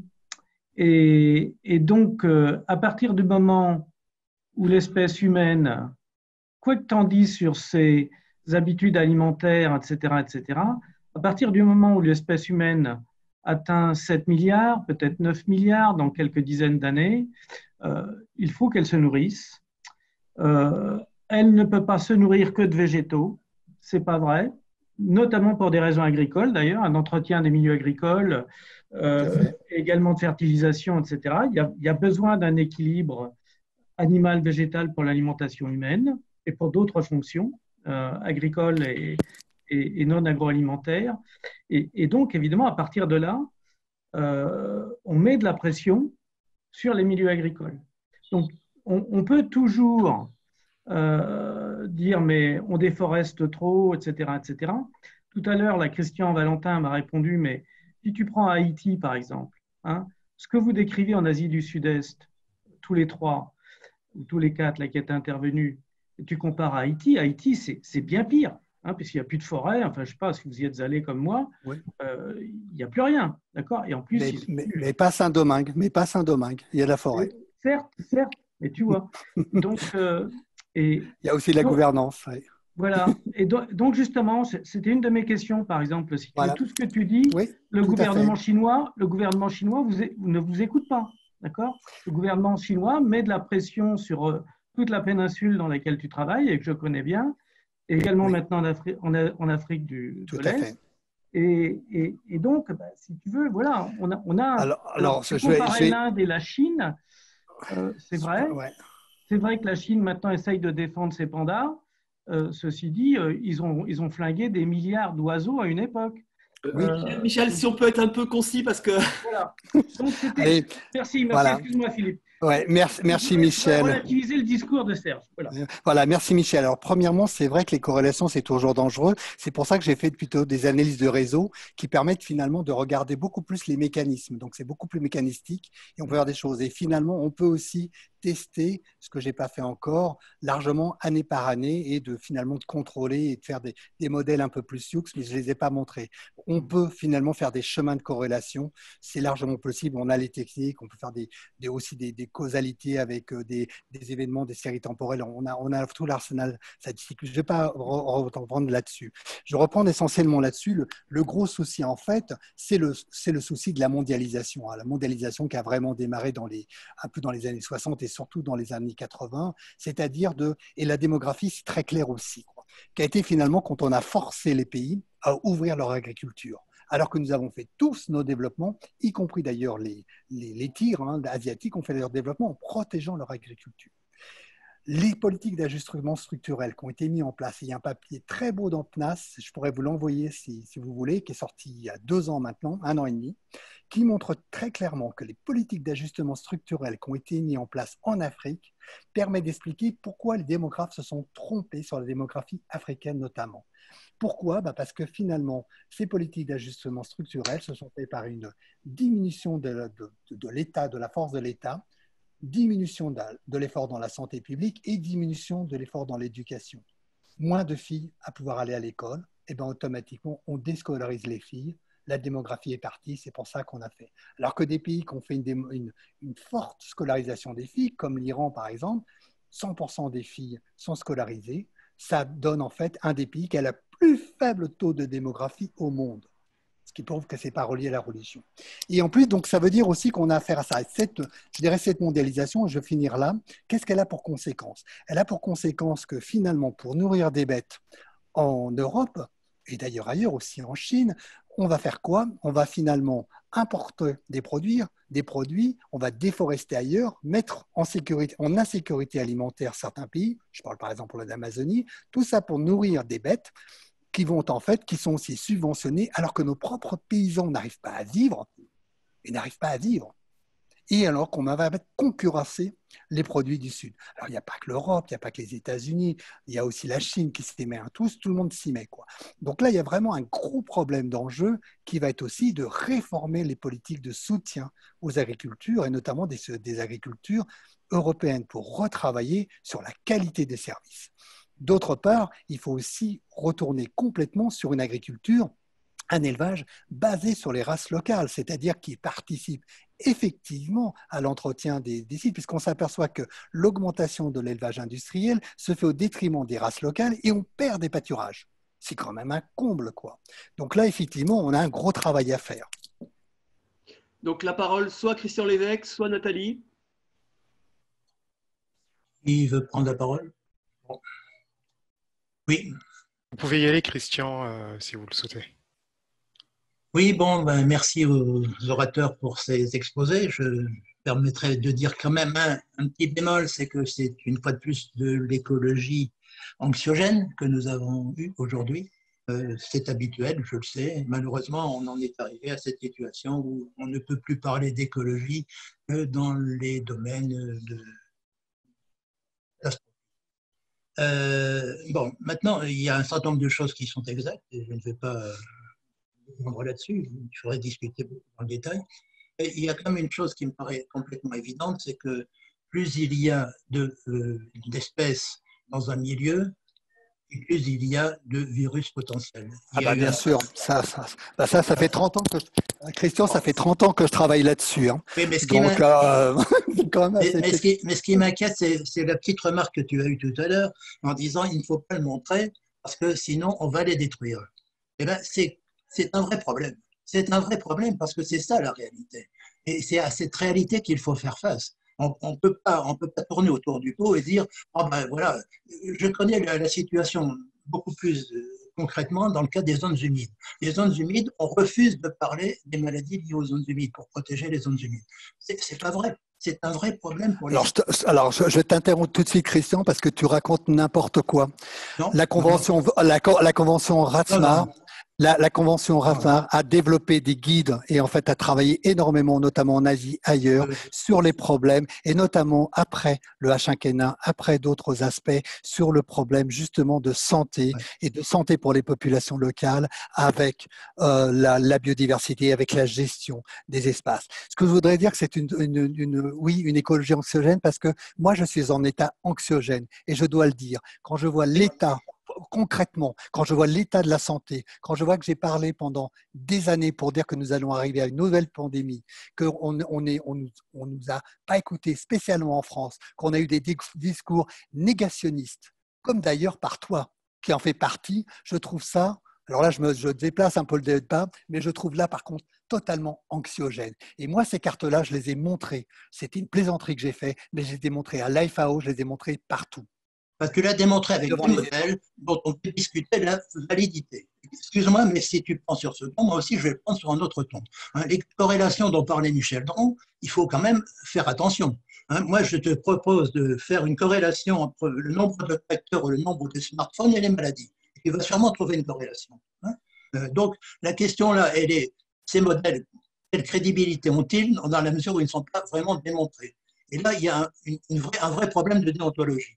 Parce que si toi, tu es engagé et que tu prends des arguments qui ne sont pas utilisables ou validés, il y a vraiment là aussi un problème en matière de communication. Je le redis encore, je publie énormément, je publie beaucoup de papiers qui passent dans des revues et qui montrent exactement aussi, et il y a des papiers qui ont montré parfaitement, avec des données concrètes, comment finalement les transports aériens montrent bien la dispersion des maladies, des tas de choses comme ça, quoi. Mais bien sûr qu'on est d'accord avec les transports aériens. Ce sont que des corrélations. Mais bien sûr mais c'est évident, les transports aériens. Je veux dire que c'est même pas la peine de faire des corrélations, c'est évident. Dans tous les domaines, on a cette démonstration. Donc voilà. Et je pense que là, il y a vraiment des problèmes. Tu n'as pas parlé de l'effet dilution, qui a été un des arguments que tu as largement avancé dans les interviews que tu as données ces derniers temps. Non, pas moi. C'est pas moi. C'est pas moi. J'ai jamais parlé de l'effet dilution. J'en parle pas. Dans les interviews, c'est toi qui es indiqué. Oui, ben c'est pas moi qui en ai parlé. Ah, ben écoute, c'est dommage, mais dans ce cas-là, il faut que tu fasses un démenti. Parce que non, parce qu'on était à plusieurs dans cette interview que tu mentionnes. Dans les interviews, on m'a posé et j'expliquais ce que ça voulait dire, l'effet de dilution. Bon, excusez-moi pour les 80 autres personnes qui nous suivent. Peut-être on peut vous laisser débattre.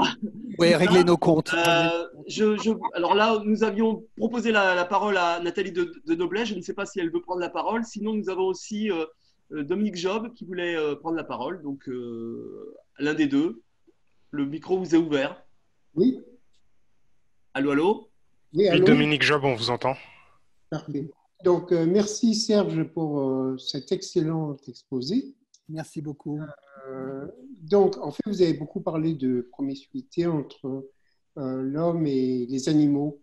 Mais je suis biologiste végétal et donc je voudrais attirer aussi l'attention sur des problèmes de santé qui sont transmis par les plantes. Et il y a des exemples très bien connus, comme les mycotoxines qui infectent les grains de céréales. Bon, plus récemment, on a parlé de ce virus de la tomate émergent en Bretagne qui a été retrouvé chez l'homme. Alors, on dit que ça ne pose pas de problème à l'homme, mais on connaît les capacités de mutation des virus. Et donc, j'aimerais finalement qu'on attire aussi l'attention sur la question de la transmission de maladies chez l'homme par des plantes. C'est vraiment un point important qui peut travailler, mais je voudrais aussi d'attirer l'attention sur l'importance de la santé des plantes, quoi. Là, il y a une initiative qui est portée, j'espère qu'il va, enfin, un peu internationale, mais qui va être portée par Agropolis Montpellier, qui est portée sur Plant Health, santé des plantes, et qui serait un peu pas une intégration, mais qui s'interagisserait avec le One Health, c'est-à-dire pour montrer finalement qu'on a une santé des écosystèmes, c'est vraiment ce que nous ont bien démontré les premiers intervenants, qui finalement va se retrouver avec une santé des animaux, notamment des animaux d'élevage, qui va se recentrer avec une santé des humains, qui sont le cœur, mais finalement qu'une santé des plantes va aussi s'interagir là donc à ses propres finalement démarches, ses propres concepts, ses propres aspects. Et d'ailleurs, je voudrais retirer l'attention, c'est que c'est très difficile de trouver des bases de données concernant les maladies infectieuses et notamment des plantes, maladies fongiques, parasitaires et leurs échanges au niveau international. C'est relativement difficile à part par la quarantaine et ça va peut-être aussi l'activer.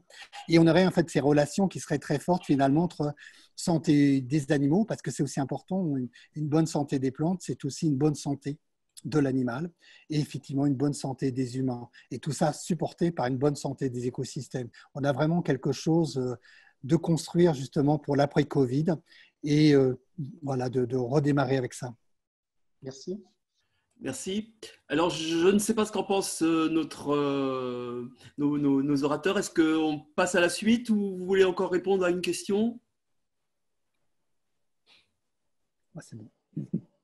Il est 16h16. Oui. 16h11, pardon. Oui, donc je pense. Alors, ce que je propose pendant que nous allons conclure, parce que en fait, Nathalie de Noblet voulait absolument intervenir, mais elle a un problème de micro. Donc, ce que je propose à Nathalie de Noblet, c'est d'écrire sa question ou sa réaction à l'écrit dans la partie question-réponse. Et pendant ce temps-là, on place la parole à notre conclueur. Si vous, là, votre micro il est actif, Nathalie de Noblet. Si vous parlez, est-ce que vous pouvez tenter de parler? Non, ça n'a pas l'air de fonctionner. Ouais, je pense qu'il faut passer on lui laisse écrire sa réaction par écrit. Pendant ce temps-là, on passe la parole. Oui, c'est bon là? À Bernard, tout à fait. Ok. On voit à l'écran. Peut-être il faut que la dernière personne qui a partagé son écran retire son slide. Merci. Bernard. Bon, merci. Merci Philippe. Merci à l'Académie finalement de nous avoir fait bénéficier de cette expérience dans ces premiers essais de nouvelles modalités, parce que ça fait plusieurs mois qu'on échange avec Christian, Serge et les autres sur l'idée de cette séance qui était programmée peut-être pour fin 2020. Et puis après, on nous a dit bon, ça sera difficile avant 2021. Puis aux dernières nouvelles, compte tenu des reports de séances qu'il va y avoir, ça sera plutôt du 2022. Et donc, on s'est dit, ça serait quand même dommage qu'un exposé comme celui de Serge et ceux qui l'ont précédé soit reporté à 2022, compte tenu de ce qu'on vit en ce moment. C'était peut-être quand même à mettre dans le débat général de ce qui nous préoccupe tous, et je pense que l'affluence le confirme. Alors voilà, moi, on m'a demandé de conclure parce que je suis extrêmement compétent sur toutes ces questions-là. Il y a 40 ans, j'ai commencé ma carrière dans la dynamique de population de rongeurs, et on a observé comme ça un développement d'une épidémie de leishmaniose, qui est un protozoaire transmis à l'homme par des phlébotomes et dont les rongeurs sont un réservoir. Et il y a eu une épidémie de leishmaniose au Sénégal liée à une explosion de population de rongeurs, comme il en arrive régulièrement certaines années. Voilà, et pour l'anecdote, une des zones qui a été très touchée, c'était le monastère de Keur Moussa, pour ceux qui connaissent le Sénégal. Et à l'époque, c'était dans les années 70, on soignait la leishmaniose avec des lentimoines, ce qu'ils ont bien voulu prendre très gentiment. Voilà, sinon, moi je retiens 3 points et puis peut-être une réflexion plus générale sur une ouverture à la complexité. Les 3 points, c'est un peu autour du changement d'usage des sols, autour de la biodiversité, ce qui a été dit, et puis de la place de l'élevage quand même, qui nous concerne. Enfin, on parle bien là dans le cadre de l'académie. Changement d'usage. Alors moi, je dois dire aussi que j'ai appris beaucoup de choses. Voilà. Mes compétences s'étant arrêtées dans les années 70, j'ai appris beaucoup de choses sur toutes ces questions-là. Et entre autres, justement, ces phénomènes de déforestation pour la transformation de cultures vivrières en plantations. J'avais pas vu ça sous cet angle-là. Je ne pensais pas que ça avait une telle importance. Et c'est vrai qu'on imagine que derrière ça, il y a tout un discours sur la petite agriculture, la production du coup de biens qui peuvent être commercialisés pour améliorer le revenu. Et quelque part, en gros, c'est aussi de dire, bah, finalement, bon, c'est aux petits agriculteurs de prendre les risques, surtout quand on est sur de la production ligneuse, dans lesquelles on sait très bien quand même que les fruits, enfin les productions commercialisables sont incertaines, sont déportées dans le temps avec des taux d'actualisation qu'on ne connaît pas. Et puis on a vu ce que ça pouvait produire. Moi, je suis pas, enfin, une nuance quand même, parce qu'au départ, donc Anneke nous a dit, bah, c'est pas le modèle mainstream de la production intensive qu'on a reproduit là-bas. Moi, j'ai l'impression que oui. Hein, c'est le modèle de la monoproduction. La question a été posée sur l'agroforesterie. Bof, c'est pas vraiment le sujet. Hein. Donc, on a bien de la polyculture, mais par monoproduction. Et puis un peu dégradé. Comme on n'a pas vraiment les moyens de mettre les inputs qu'il faut dans le modèle mainstream, eh bien, ça marche un peu moins bien. Donc, il y a des petits rendements. Donc, on en rajoute sur les plantations. On en rajoute sur des éventuelles cultures de rente qui pourront permettre de faire revenir un revenu. J'ai un peu l'impression que justement, c'est un beau modèle de comment le mainstream appliqué à la petite agriculture. Voilà, c'est, comme on dit, c'est small scale. Hein, et c'est tout à petite échelle. Hein, c'est des petites parcelles. C'est un petit peu moins d'input. C'est pas les moyens de la motorisation. C'est pas ci, c'est pas ça. C'est-à-dire que c'est le modèle dominant, mais pas avec les moyens du modèle dominant. Donc ça court finalement après sa perte à moyen long terme. Et on l'a bien vu avec les sols. Et bon, quelque chose que je reprendrai à la fin. Mais voilà, comment est-ce qu'on évalue là-dessus le revenu à court terme, à long terme, si de toute façon on perd ses sols? Et puis attention, on pourrait s'amuser à dire que c'est formidable cette reforestation si on mesure la séquestration de carbone, hein, par exemple. Donc attention aux évaluations monocritères de ce genre de transformation. Voilà, donc j'ai trouvé cette partie très éclairante. Il faut savoir qu'effectivement l'Asie du Sud-Est est aussi un très bon exemple, parce qu'avec l'Afrique du Nord, Moyen-Orient, c'est les deux zones sur lesquelles vraiment on est au taquet sur les terres arables, les terres qui puissent encore être cultivées, et on voit bien ce que ça peut produire quand on en est au taquet et qu'on essaye par tous les moyens de réinventer des choses qui sont en fait pas si nouvelles. Et qu'on court à... Parce que quand on a perdu son sol, il faut des centaines, des milliers d'années pour le reconstituer. Et c'est bien ce que nous apprend, donc le deuxième point que je voulais dire, c'est biodiversité. Alors là aussi, je me suis régalé quand même. Bon, vraiment, on a eu droit à un grand tour d'horizon.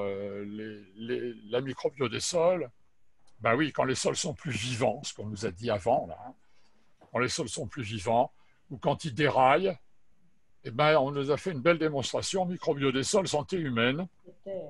Ça passe directement, ça passe pas par les animaux, ça passe par la flotte. Mais vraiment une belle démonstration à la fois de l'unicité, de la diversité du vivant et de l'homme finalement. On est bien aussi des vivants, on est bien aussi totalement lié à ces chaînes, à ces fonctionnements du monde vivant dans sa diversité. Bon, on a le virus en ce moment, là on nous a parlé de bactéries, on nous a aussi parlé un peu de virus dans le topo de Serge, mais je trouve qu'on nous a vraiment... enfin, c'est une très belle démonstration sur aussi, voilà, la biodiversité, c'est plutôt ces fonctionnalités-là que des listes d'espèces remarquables, pas remarquables, celles auxquelles on est sensible. Hein, bon. D'ailleurs, voilà, au point où on en est, et c'est là graphique qui nous a été montré par Serge, mais qui est impressionnant quand même, de se dire que l'ensemble de la biomasse des mammifères et des oiseaux sauvages, c'est en gros 5,6% de la biomasse des animaux domestiques et des êtres humains.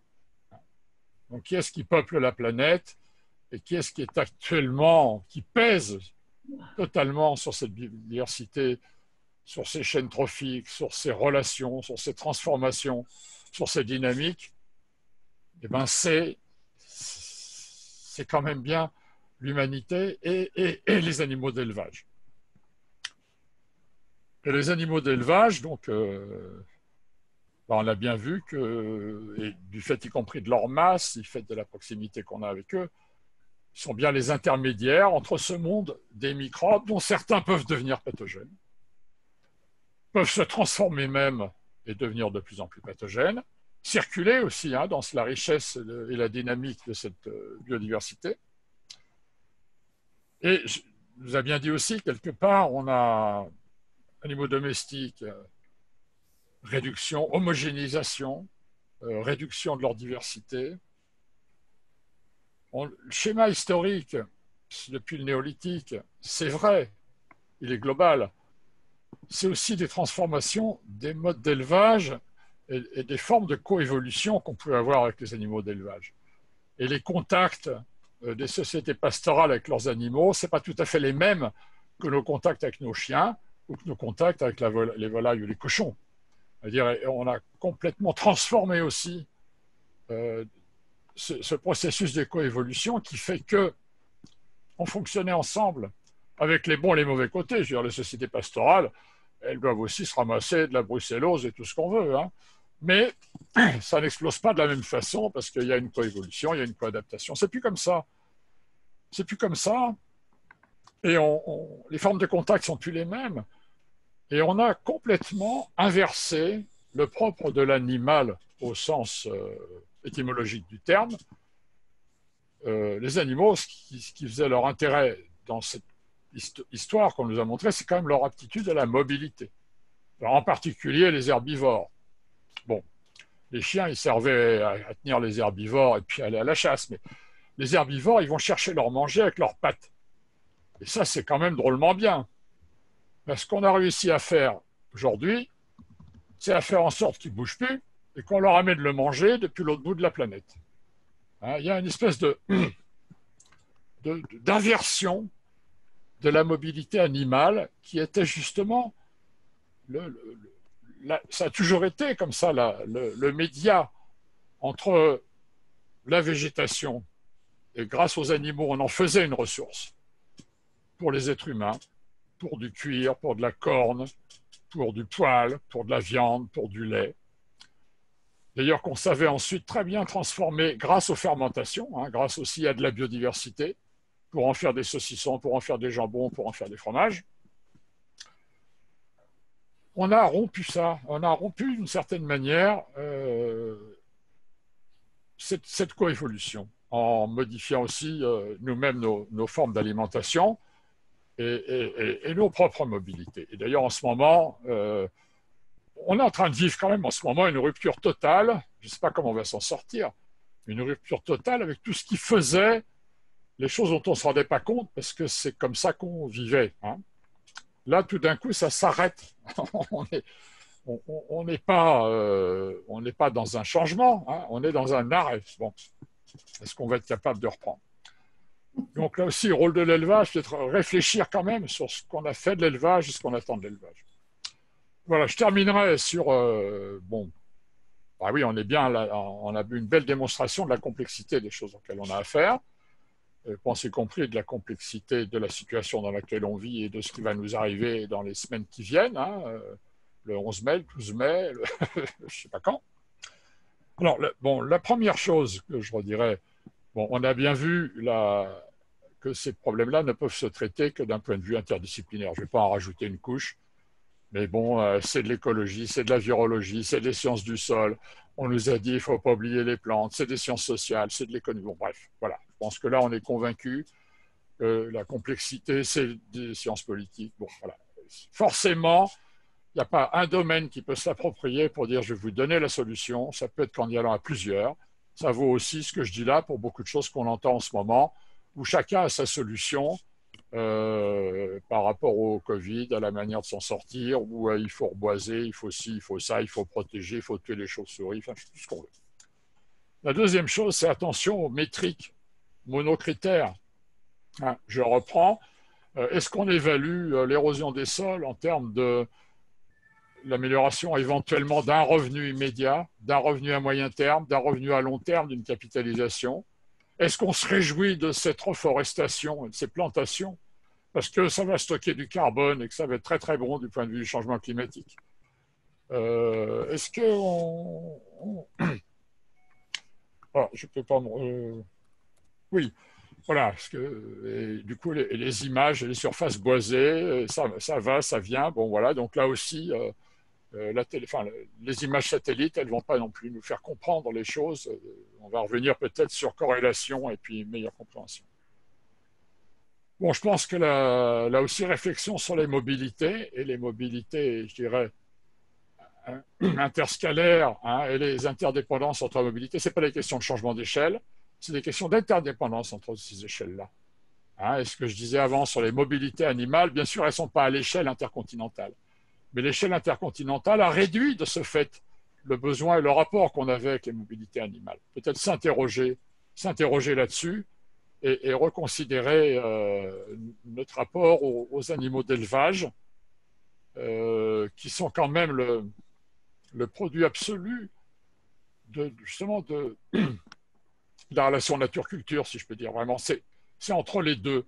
C'est un pur produit du vivant, c'est un pur produit naturel qui est complètement façonné par la culture. Les animaux d'élevage, la plupart, n'existent plus dans la nature. N'empêche qu'ils sont là avec les fonctionnalités naturelles et des proximités, des enjeux qui sont ceux de vivre dans notre monde. Qu'on redonne ça, et là, de grosses interrogations sur One Health. Je veux bien qu'on... One Health, super, mais One Health, ça peut être effectivement une vision intégrative, une vision en termes de coévolution, une vision où on s'intéresse au vivant parce qu'on en fait partie et qu'on dépend de l'avenir du vivant. Mais ça peut être aussi une vision complètement en termes de biosécuritaire, en termes d'instrumentalisation, de rajouter encore un coup sur la création d'artefacts et l'artificialisation du vivant et du monde animal. Les deux sont possibles. Les deux sont en controverse, pas toujours publique. Mais attention, One Health, ça peut être aussi 1984 pour les animaux, ça peut être aussi quelque chose qui va encore plus déshumaniser notre humanité par rapport au reste du monde vivant. Donc, attention, la dernière diapo de Serge, ça peut être comme ça peut quand même être aussi autrement. Et une bonne partie des autres exemples qu'on a vus d'application de ce concept, ça a quand même été plutôt du côté biosécuritaire que du côté harmonie et unicité du vivant. Voilà ce que je pouvais Merci dire. Bernard. Alors, comment on s'y était engagé et normalement on ne parle pas après la conclusion et avant la présidente, mais comme Nathalie avait quand même beaucoup de choses à dire et que Nathalie de Noblet-du-Coudray, vous savez, est très engagée donc, dans les travaux du GIEC, donc je vais me permettre de lire le petit message qu'elle nous a envoyé. Donc elle avait en fait, par rapport à l'ensemble des orateurs, elle avait 2 remarques et une question. Donc la première remarque, c'est attention aux corrélations présentées sans explication des liens de cause à effet, elles sont potentiellement dangereuses, notamment pour les sceptiques. La deuxième remarque, c'était attention, quand on parle anthropocène, à ne pas confondre capacité d'impact et masse. Les bovins n'ont pas la capacité de nuisance des humains. Troisième question maintenant cette fois-ci. Et enfin, une question concernant la modélisation de niche. Est-elle vraiment une solution qui reste intéressante dans la mesure où les changements sont constants et rapides? Un modèle de niche présuppose une forme d'équilibre qui n'existe plus. Voilà, c'était donc des réactions de Nathalie de Noblet-du-Coudray, académicienne et impliquée dans les travaux du GIEC. Je vous laisse réagir. Bien, je crois qu'il faut que nous rendions le micro, je suppose, à l'admin. Donc, quelques minutes près. Bon, alors Serge, vous avez 1 minute. Non, donc je suis tout à fait d'accord avec les 3 remarques. Donc, il n'y a pas de souci. Notamment, c'est pour ça que je suis un peu aussi réticent avec les modèles de niche. Je suis tout à fait d'accord, excepté si ça devient des modèles de niche dynamiques, c'est-à-dire qu'ils soient vraiment spatio-temporels. Mais là, dans ce cas, la quantité de données qu'il faut est phénoménale et on ne peut pas les réaliser.